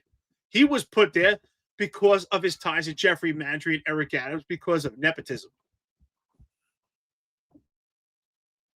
Yeah, and Hardcore says the finest messages don't lie. He also defended federal OT to his admin people because everyone does it. Like I said, I'm not co-opting everything the guy says, but I just said those things stand out to me. I thought it was a great interview.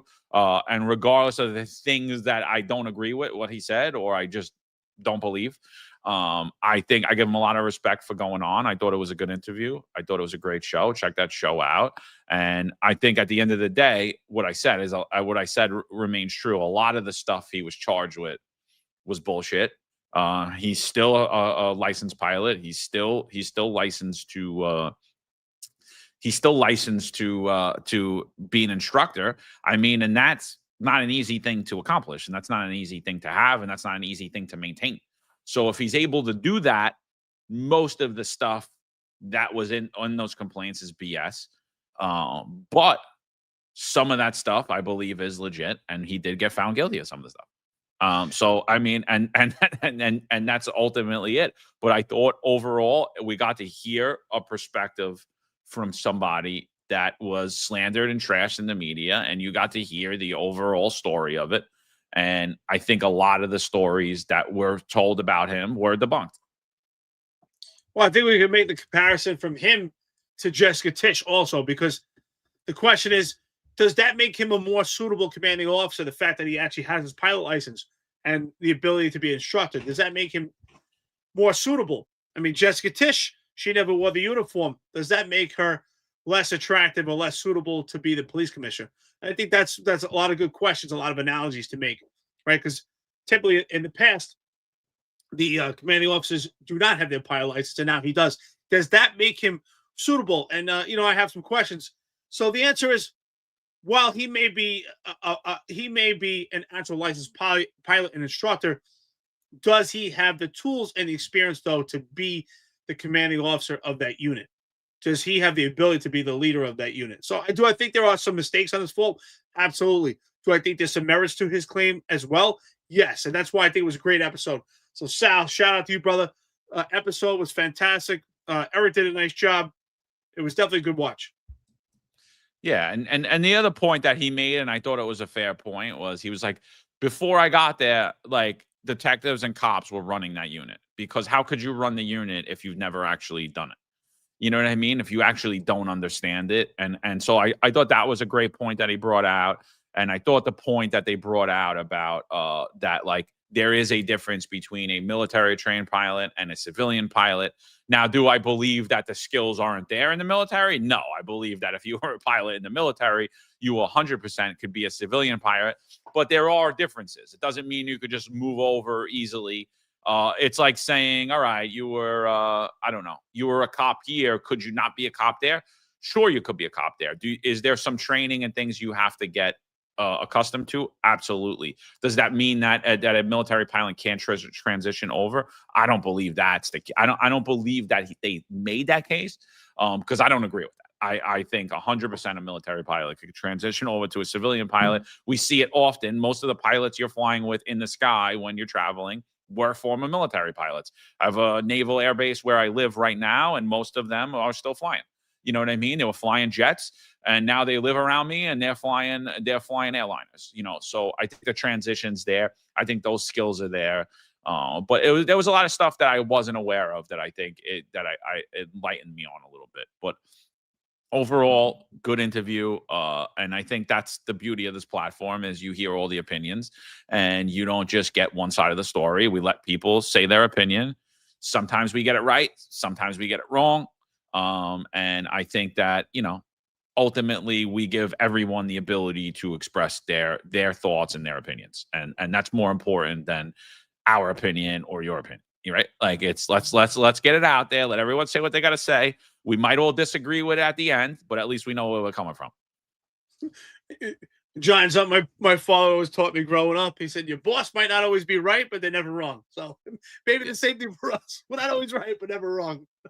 Yeah. No, we're wrong sometimes. I think, listen, we don't mind. We're admit it. But I think that when it comes, it's interesting that you talked about military pilots. I think that military pilots do transition to the civilian role as pilots very well.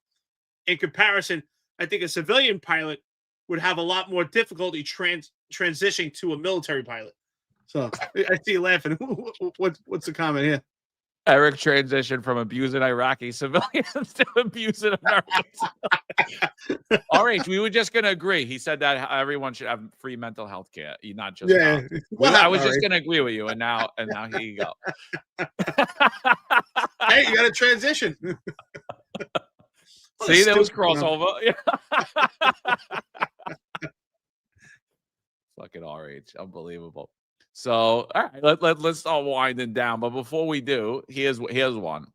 Wait, hold on, John. I'm gonna read out the super chats real quick. No. Okay. Before we do that, one more. It was a joke. There's no super chats. No super. Oh, that's it. I think there's one. We got one. But so new 116 precinct out in Queens. Lexus riding vandal trashes 11 NYPD cruisers parked outside the NYPD's newest station house. You know, so obviously station house security is doing great. The job's good. The locker room's in a good place. And it seems to me like we built this $115 million building, which is a beautiful building, by the way. In a really, I wasn't crazy about the area that they put it in because of the parking and all that. But I mean, obviously, we need the ability to man it. And obviously, I think that if 11 RMPs could get trashed outside of the station house, I'm going to say that this station house isn't staffed properly. I mean, is that an assumption? You know what? It's interesting this happened, right? Because we see quite often things that happen at this new precinct. And I had this vision, and now maybe I'm not too far off. I had this vision that maybe that this precinct was barely staffed anyway, that it's just an illusion to make it look like they have a new precinct because of the big debacle that they had at the police academy. I don't know the roster there, but I would love to see the actual roster because I have this vision that there's probably very minimal staff at this precinct because things quite happen there often. I wonder if it's actually a full functioning precinct. Say that 10 times. A full functioning precinct. I anticipate, and I don't know, I would love to hear from other cops, if it's the surrounding precincts that are still doing the job answering calls in that precinct. Are there actually sector cars in that precinct? Is it actually functioning as an actual precinct? I'm curious, and I question it. Yeah, I mean, I don't think so, dude. I mean, like, you know, if you're just walking down the block smashing RMP windows, I'm going to say that it's not a fully functioning precinct. I'm going to say that there's something not right going on there. Like there's not, and I would say it's the staffing. I mean, this can't just happen without noise being made, without people hearing it. I worked in probably one of the poorest staffed precincts in New York City, the 123. And it's so much worse now than when I was a cop. Right. Like, but then it was like poorly staffed. And I remember one night I was processing a collar. And it was me, the lieutenant, and a cop that was like, you know, he was a broken toy. You know, like he was on the station. He was on the, he was on the TS because he was injured, whatever. And as I was processing the collar, I mean, in the command, I hear like glass breaking. And I'm like, what the hell is that? So I walk outside and I hear glass breaking. And all the way around the block, because 123 Precinct's on Main Street, all the way on Arthur Kill down the block is where all the cops would park. So I walk around the block, and sure enough, there's some mope there smashing all of our personal car windows and breaking into the car. So I collar him. Worst collar ever. Guy had Hep B, Hep C, full-blown AIDS, HIV. He winds up bleeding. I had to do a walkthrough the whole time. Guy was the most non-compliant person I ever dealt with. But, I mean, if we were able to get that guy, and we weren't suited at all. We didn't have any cameras. We didn't have any staff. There were 3 of us in the command. I was processing bodies I already had. I mean, I find it insane that in a new precinct that's covered in cameras, that the whole thing, 360 cameras, that 11 cop cars could get smashed up and we don't even get the perk. I find it very hard to not that I find it hard to believe. I find it hard to believe that is a fully staffed, fully functioning, competent precinct. Well, I don't think it's running as a natural precinct. I've had my suspicions before, but this to me solidifies even more. And someone here said also that it's just a satellite for the 109 precinct. That's what I think. I think that this is just a building giving the appearance that there's another precinct because the community has been asking for this for several years. I've been hearing about this new precinct for 10 years. The community has been asking for it. And the incident at the police academy where the cars were broken into there, that was just the catalyst to propel this. So I think that I don't think this is running as an actual precinct. I don't even think they have the manpower. I think it's there for show. And to me, this just solidifies it even more. I love to find out, if we can get a good insider, of course, we keep anonymous. If you can tell us the roster at this precinct, if it runs like an actual precinct, I'm curious to know because it doesn't appear to be that way. And you know what? If you don't want to give it to us, it's fine because I think I've already made the assumption already that it's not. You can tell just by the appearance and how it's running. And for this to happen, that's a huge indication. 11 cars and nothing happened. I mean, all that noise and no one else called 911 about something that they saw or someone came to the precinct. I find it hard to believe.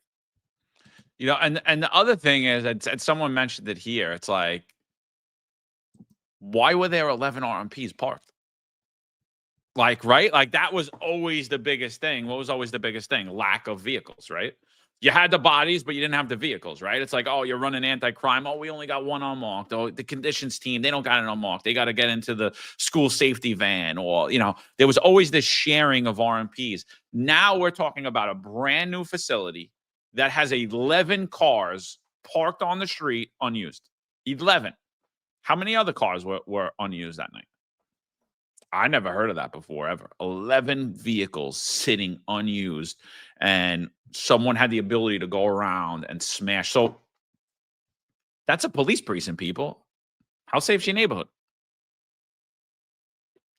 How safe is your car in front of your house? How safe is your car in your driveway? How safe is your car? I don't think it's too safe. Do you feel good in the 116? I don't feel good in the 116. I think there's a problem. So, I think there's a big problem. And so our brother Marlon Bethel went out late last night just to take a look. So this is what he came up with. Doing some recon here. We're doing a little recon. So now he's going to be coming up to 111. So you could see cars parked, right? Boom, boom, boom, coming down. That big precinct's the 111 precinct. So here, you see the parking lot in the back. You see all the cars parked along the side. Right? And what don't you see? You don't see any cops. You don't see any station house security. You don't see anybody on the observation. Now, don't get this mistaken. I mean, this is a huge embarrassment for the precinct CO. This is a huge embarrassment for the borough. This is a huge embarrassment for the NYPD as a whole. So even if there was a knee-jerk cautionary reaction to this where they overdid it, completely understandable, right? But no, they don't even have a knee-jerk reaction to it. It's just, here's just more unused RMPs sitting around.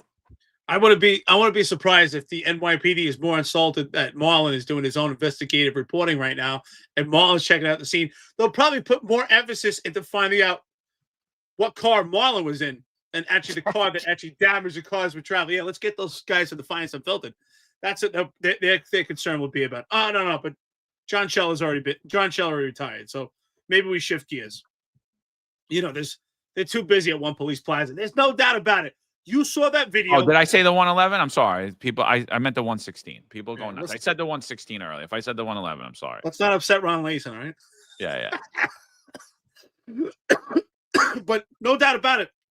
There's no doubt about it. Even before Marlon did that video, even before Marlon did the assessment, we said there's no doubt about it. They're not running like an actual precinct. That is not a full-fledged running operational precinct in New York City. Any good cop, active or retired, you know damn well. You're looking at that, you're like, that is not a functional precinct. You would at least see cops lingering around or getting ready in transition, moving around. There's nothing going on there. It looks desolate. To me, it looks like those cars that are parked are just plants.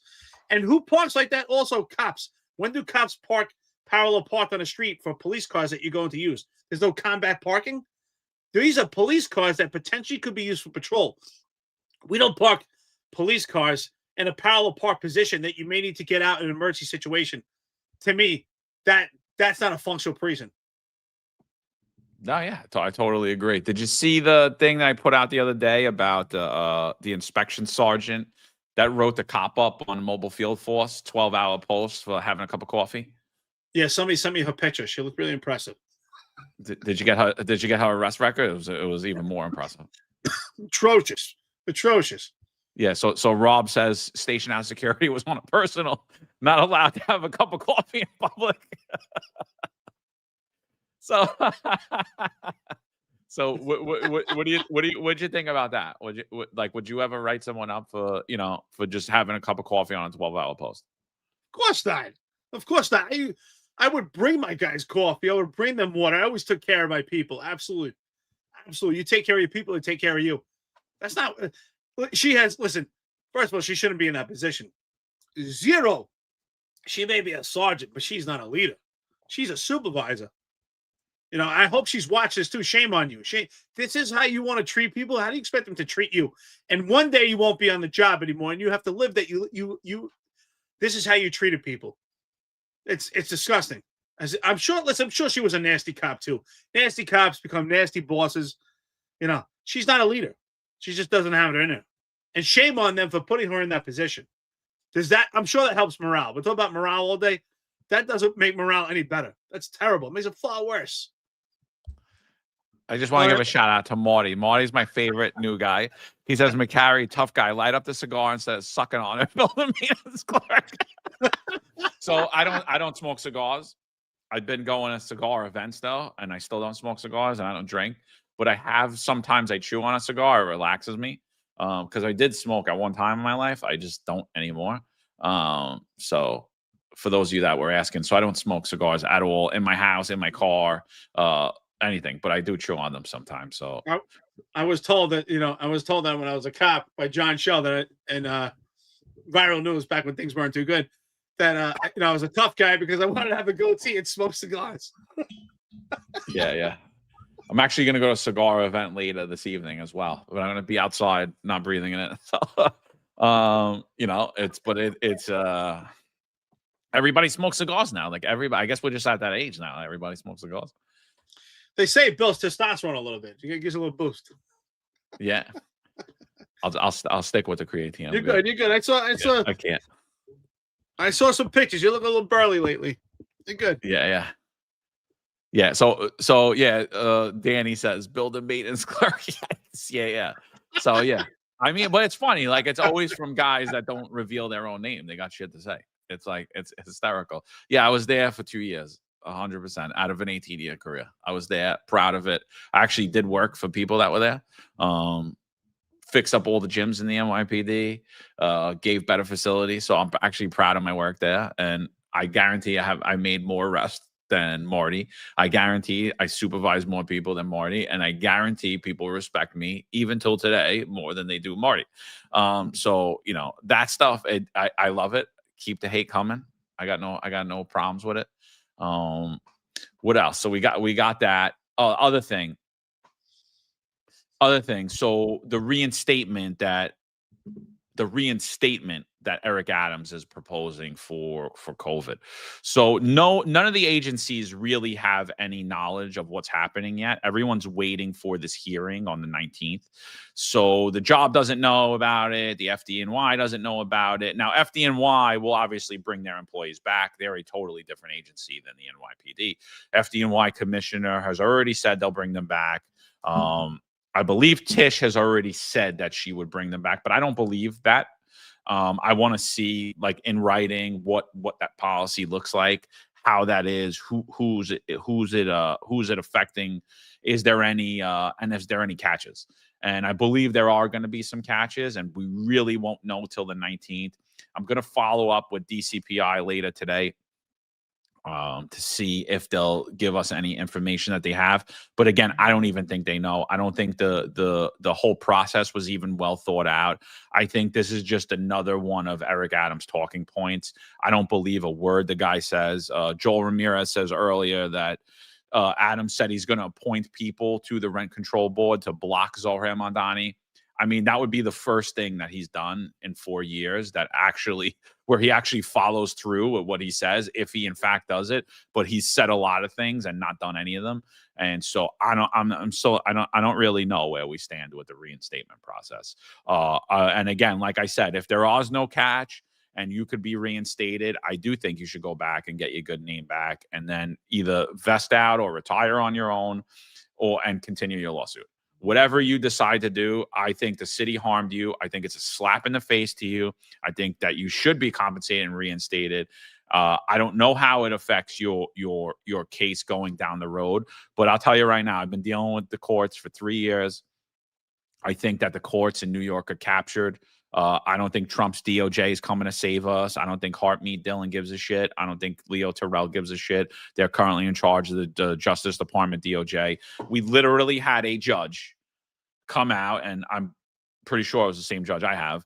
She came out and she wanted to know how a cop can be a Christian because, of the whole thou shalt not kill thing. This was on the bench. She should have been disbarred from law and removed from the bench for biases towards Christians. But no. Nothing happened. Trump administration not coming to save anybody in New York City. They'll harp in on one case in Idaho, and they ain't going to do nothing for the thousands of us so that were affected over this clear injustice, that set New York City worker rights back over 100 years. And even your communist socialist mayor supports more tyranny. So it's a joke. That's it. Get your jobs back. Well deserved. You should have been working there. Excuse me. They should have been working there a long time ago. I want to see them not just reinstated, but I want to see them compensated. I want to see them get back pay. I know that's not a reality, but if they're not going to get back pay, still have the right to eventually continue with that lawsuit, not give up their rights. But if they're going to get their job back, God bless them. You deserve pensions. If you're terminated, ultimately you just have a lump sum payment of contributions, but nothing to hold on to the future. And unlike what RH says, not a government paycheck, but a pension that you earned, compensation for walking the streets of New York City, whether you were doing it as a cop or fireman or a sanitation, but supporting the city. You're important to the city. You should be back in whole. Yeah, Popeye, damn it, man. Cigars are good, brother. Patrick Donahue, maybe one day we'll have some cigars together. We'll meet up in front of the 116. We'll smoke them out. So, with that being said, we're almost 2 hours into it. I think this is an awesome show. I want to thank everyone. I want to thank our friends and listeners. Let's stick together with this and support the cops. Again, Kenny Victoria, cop for the 4-4 precinct, is fighting a case where he arrested a perpetrator with an illegal firearm. He's got a court case on the 13th. So if you can support him, not going up at court. Give him a call, find out how he can use support. He's also in the military, so he's a veteran. So, Kenny Victoria, please be safe out there. I hope this works out for you. And with that being said, I think it's a hell of a show. Thank you, everyone. I think we have some coffee and donuts. I think there's one, maybe two. GI Bro says that he would give some super chats and some coffee and donuts if we stop talking about Mamdani. So we haven't spoken about Mamdani in like a half hour. So I'm super chat. Look, it is what it is. He's going to be the mayor. He's the most talked about figure in New York City. He went from an unknown to the most well-known person in America overnight. It is what it is. His mayoralship is going to dictate the fate of New York City, which is ultimately going to dictate the fate of the NYPD, which is ultimately going to dictate the fate of law enforcement across this country. And so, I mean, what we're seeing all these talking heads weighing in on how law enforcement in New York City is going to be affected. And they're ultimately throwing shade at all of the ills that have happened in law enforcement and oversimplifying it, that the whole defund the police movement is all Zohran Mamdani's fault. And the whole emasculization of police is Zohran Mamdani's fault. And it's the furthest from the truth.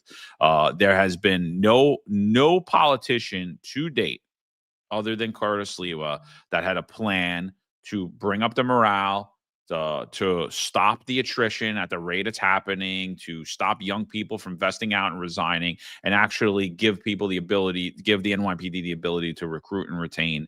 And so, like, those talking points can't be lost, or else we will lose the profession, and you will lose it nationally.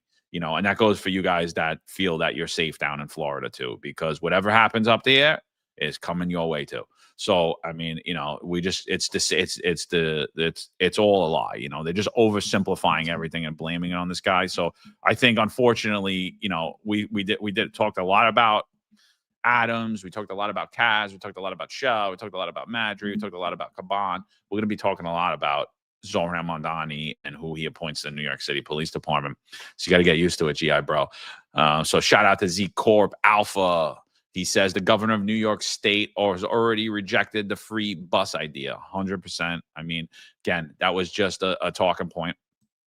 And Popeye Dammit. Shout out Popeye Dammit. Cigars for the men. Appreciate it. I love it. I had a couple of cigars over the weekend. It was nice. Actually, some Cohibas. You know, I love the Cuban-based cigars. And David Dorff, one of my favorite. David Dorff, outstanding. Patrick Donahue, you're a classy guy. I'm sure you like David Dorff. Popeye Dammit. I hope you like cigars, brother. Good man out there. And Eddie West. I don't know where Eddie West is out today. A big cigar guy. So, John, just before we go, what do you say? No, I think this is the comment of the day. This is hilarious. Hunter. What did Hunter say? This is great. You got to answer this, John. Hunter says Mamdani was nobody on this live stream. John McCarry can take full credit for blowing up his candidacy. Get the hell out of here. Do you see it? All right, hold on. Here we go. Get the hell out of here. So, you know, and Cop Watch says Skabuki has a plan. Skabuki for governor. Yeah. Skabuki store. Mamdani was a nobody. John can get out of here. So listen, he was still virtual nobody after the show. But I gotta say, he showed a lot more balls than Eric Adams and Andrew Cuomo, right? Even though he was only on here for 20 minutes, he had more balls than them. He was willing to come on here. He knew he was going to get asked a question about COVID, and he answered it. Yeah, no, I'm going to do exactly what Eric Adams and Andrew Cuomo did. I'm totally different. At least he had the balls to say it, right? Yeah. At least he had the balls to say it. They didn't. Eric Adams too busy hitting on women. Oh, we got to bring that up. What? Right? We got to bring that up. That was the funniest shit ever. That you saw that clip with Adams, right? Oh, that's what I mentioned earlier with him talking to that girl. I forgot her name. That shit was hilarious. And she was literally like, "Why? Like, why are you hitting on me?" Like, he goes, "What? I'm not hitting on you. I'm just talking here." And she called him Socrates. Yeah. He's Socrates. You know, Danny says McCarry's working with Cuomo to get Mamdani like that. You guys are sick. So he is not where she asks him about if he's flirting with her. But look, he's clearly flirting with her. Watch. Oh, it's great. Is it up? Is it up on the screen? Yeah, it's up. Okay. Yeah, it's up. All right. Do you have any last words for Zohran Mamdani's New York? This is New York. It's not Cuba. It's not China. It is the center of capitalism, not socialism. Can't take it backwards. We've made too much success. Got to move forward. Got it. Marry, F, kill, communism, socialism, capitalism. I would marry capitalism, Okay. Israel, Wait, social. what? What was the Israel thing? Hold on, wait. You gotta go back to that. You gotta go back to that. Marry, And kill, what? capitalism. I would marry capitalism, Okay. Israel, socialism, and communism. I would kick to the curb. Here's a list of things that you love. Marry, F, kill, and the Black community, NYPD, Israel. I would marry, and love all three of them, Okay. and I would add on to them Ghana, Okay. Senegal, Hey. Nigeria, Shout out. South Wow. Africa. Okay. Exactly. I love them all. Love is love, and I've shown it to all those communities. He's a character, man. He was all about it, bro. You got the one where he talks about her eyes? He was throwing it out there. You got the one where he talks about her eyes? That's hilarious. No, I don't got that clip, but that shit was hysterical. That's the best one. He's like, "Oh, you got beautiful eyes." She's like, "Are you hitting on me?" He goes, every time a man says something authentic about a woman, you think you're hitting on him. The Israel part was hysterical, though. Like, what do you do? He's like, Israel? Like, what the hell does that have to do with capitalism, communism, socialism? He's a character. He is hysterical. Yeah, Chronicle says, check out the socks. Yeah, he had some African print on there. I mean, the guy's listen, I'll tell you right now, I can't stand the dude. I think he's a piece of shit. I think he is literally a disgrace of a human being, but he is a character. He's absolutely hysterical. So definitely going to miss shit like that. Without a doubt, going to miss the Kaz Daughtry shit. And someone said he's getting out just in time for Snap. Kaz Daughtry is going to have the largest pension of anybody with 20 years ever. And I don't know that it could be replicated even in the decades to come. He's going to have a ginormous pension. So, I mean, it is what it is. He, at the end of the day, we can make fun of him all he wants. He's going to, he's going to be, he's going to get a monster pension, the kid. So, and again, we made fun of Kaz Daughtry a lot, but we never said he wasn't a hard worker. Kid works very hard. He just, in my opinion, he works stupidly, not smartly. And he works very hard chasing his own tail. But I mean, but I always said he was a hard worker. I never, like people said, I said he was lazy. I never said any of that stuff. Never. I just, like I said, I think he was unqualified. I think he did a terrible job at what he did. I think he worked extremely hard though. And shout out to Kaz Daughtry. What can I say? Gonna miss you. Yeah, bro. I think we gave it a fair assessment. We even gave him some pointers and tips for public speaking. But listen, the bottom line is no one said he wasn't working hard. He's been busting ass all day making these content videos, but it's just in misdirection. What are these videos for? What are you actually working towards? Either way, I don't have any hatred towards any of these people, nothing personal, but we have to call it like it is. And someone put here, I don't know who it was, asked if we would have a beer with Eric Adams. Yeah, I would have a beer with him. Why not? Simply E, would you have a beer with the guy? Sure, I would have a beer with Eric Adams. I'd probably laugh my ass off, if he's wearing socks like that, and hearing some of his one-liners. Sure, I'd have a beer with him, but I know who I'm having a beer with. He's not somebody I trust. No, yeah, he's definitely a character, dude. I like I said, I never had any hate for him. I just think he's a piece of shit. Like I just think you wouldn't do that. Like, hold on. I think I might have that clip. Hold on 1 second. Yeah, that clip is key, dude. If you have it. Hold on. I think I got that clip. But yeah, no, I always said the guy was funny. I just think if you were a person that cared about people or you care about New York City, you wouldn't have done what he did. And related to the mandate. Like he really is like that. That is, I could never forgive that. Nah, this is the same stupid clip. Wait. No, maybe. No, I got it.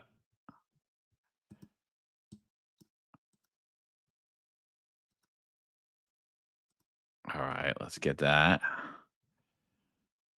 All right, here we go. Let's see what he's got to say. This guy's a clown. Here he goes. As a nightlife mayor, what time does the club really get jumping? It depends on where you are. Some of these crazy laws restricted the times that they can stay open. You go to other places and they have a 24-hour district. Got it. I think we need a 24-hour district. 24 hours of partying with Mayor Adams? What do you say to critics who think that maybe a 65-year-old man is too old or embarrassing to go to the club? Well, first of all, let your haters be your waiters. Okay. As you sit down at the club night of success, I'm not sure why do people think 65, you should not be out. When I get out of the shower and take a look at myself and my six packs and the firmness of my body, I'm living the 65 life. If you'd like to show your six pack, please.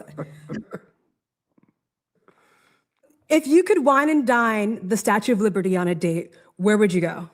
On a picnic somewhere. I like to cook myself. I cook a nice plant-based meal. Oh, and then vegetarian, vegan? Well, it's just plant-based. It's eating the majority of my meals are plant-based. Got it. But I will cook it and show how well I can cook. And would your haters be your waiters there? Yes. Okay. And would you buy the Statue of Liberty drinks? Yes, bottle? I will. Yes, I will. Would you try to hook up with the Statue of Liberty that night? I'll do a single malt scotch and a cigar and find out what she likes to drink also. Got it. And wait a minute, I'm not trying to hook up with her. She's out hooking up with me. Oh, this Lady Liberty. Yes.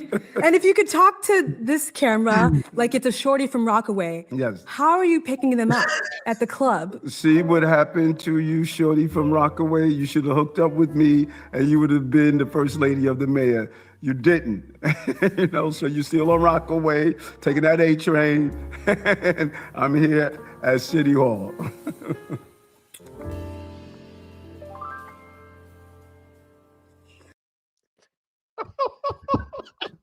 That's the best. You gotta love it. You gotta love him. You know what? As a mayor, failure, but as a character, man, I could watch this guy all day. Hysterical, dude. That was too funny. That was way too funny. Man, hysterical. So yeah, we'll miss the crumb screw. It is what it is. We'll miss the crumb screw. But I'll tell you, now they're gonna be done. We could use the $16 billion that he gave to illegal as well. He gave through all bullshit contracts to his friends. But whatever, Pretty much. Probably. Listen, everybody, 2 hours and 10 minutes into it. Check out tomorrow, of course. Tonight, which is the Executive Perspective. John, do you know what time the Executive Perspective is? Hold on. It's going to be at you got to think about this. 17:05 or 5:05 p.m. Eastern time. Check out the Executive Perspective tonight. Ron and Rob put on a hell of a show. You know it. And, of course, tomorrow is the Sal Greco show again. If you missed the Sal Greco show with Faizan yesterday, from the NYPD, retired chief now, along with Eric Sanders. Check it out. Great interview coming on tonight with the Executive Perspective, retired NYPD Lieutenant Stephen Weiss. And, of course, Thursday, Sal will be back. And then Friday, as always, your roundtable. So the week is stacked as always. Thank you, everyone, for your veterans out there. Happy Veterans Day. Marines, happy birthday. And all the cops out there, you're veterans, too, for serving. Thank you for what you do each and every day on the streets of America. Thank you so much. Yeah, and KB gave the best stock advice right now, and I just got to say it. This isn't a financial channel, so that's the disclaimer. Speak to your financial advisors. We're not financial advisors, but dump your embroidery stock because embroidery is going down with Kaz out of office. Dump your embroidery. The heavy embroidery is not happening. So check out Executive Perspective tonight. Retired NYPD Lieutenant Stephen Weiss will be on there. So I'll break down his career. So looking forward to that. Anything else, Eric? One more time, 17:05, John. 17:05, brother. Or 5:05 p.m. Eastern time. The best is when we do our own podcast and then you have the wrong time. Like, okay, it's all good. And that's it. So now all of a sudden, these Kaz and Shell, they want to be members of the Finest Unfiltered now. They said we wanted to be members of the Dream Team, but I think that ultimately they want to be members of the Finest Unfiltered. That's right. That's right. Shout out to their consulting company too. I looked at their website. I learned a lot. Oh, it was impressive, dude. It was absolutely impressive. I learned that a was lot. the most impressive website I ever seen. I was like, I'm so glad these guys were in charge of the New York City Police Department because I see why now. I see the competence, I see the skill, I see the dedication, the hard work, the care. I was thinking about contacting John Shell. I want to get a consultation on if I had an organization on social media presence, professionalism in social media. I think he'd be the right man for the job. That would be good. Yeah, that would be good. I think so. Yeah, I think so. Maybe you can tell me how to do hashtag trailer park trash, how to do things like that. Never a captain. Yeah, hysterical. So, I think that's it, people. So looking forward to tonight. And then, oh boy, what do we got here? More stuff coming. Here we go. What the hell is this shit? So, all right, if anybody contacts you under this handle, it's not me. I got another John McCarry out there. Oh, what the fuck, man? It's all right. I'm getting hacked on a daily basis. So yeah, that's all right. This is funny. Let's see what this is. We could end it with this. I don't even know where it is, but whatever. There's another John McCarry out there. He's got 175 followers, but he ends it with column, like a column, but he spelled it wrong. But he uses my whole entire thing. And then people I know are following him, which is even more insane. And so yeah, I don't know. If you see that, if that account contacts you, please, it's not me. You guys know I'm not trying to give my phone number out or anything. You have the phone number for the business. Please don't give anybody anything or give them any information or anything like that. It's fake. So, all right, peoples. Anything else? Good. No. Yeah, don't forget, of course, to FindStuffFiltered.com. Get a chance, go to the website if you haven't yet. Go to the website, and more importantly, when you do go to the website, subscribe. Subscribe. What does it mean to subscribe? Drop your email, press submit. That's all. We're not going to send you mass emails. I promise. If you get more emails than you like, we'll remove you from it if you don't want. So, all of that. Subscribe to the podcast, the network, and subscribe to the website. Thank you, everyone. Appreciate everyone. The Find Unfiltered Executive Perspective tonight. We'll have a good show. All right. There's a handful of retired officers that don't live in the state that have a lot to say about the dream team, as I like to call it. All of a sudden, they retire and have a master plan on how to fight crime, but nothing to contribute when they were here. They want to come back and be part of the dream team. What can I say?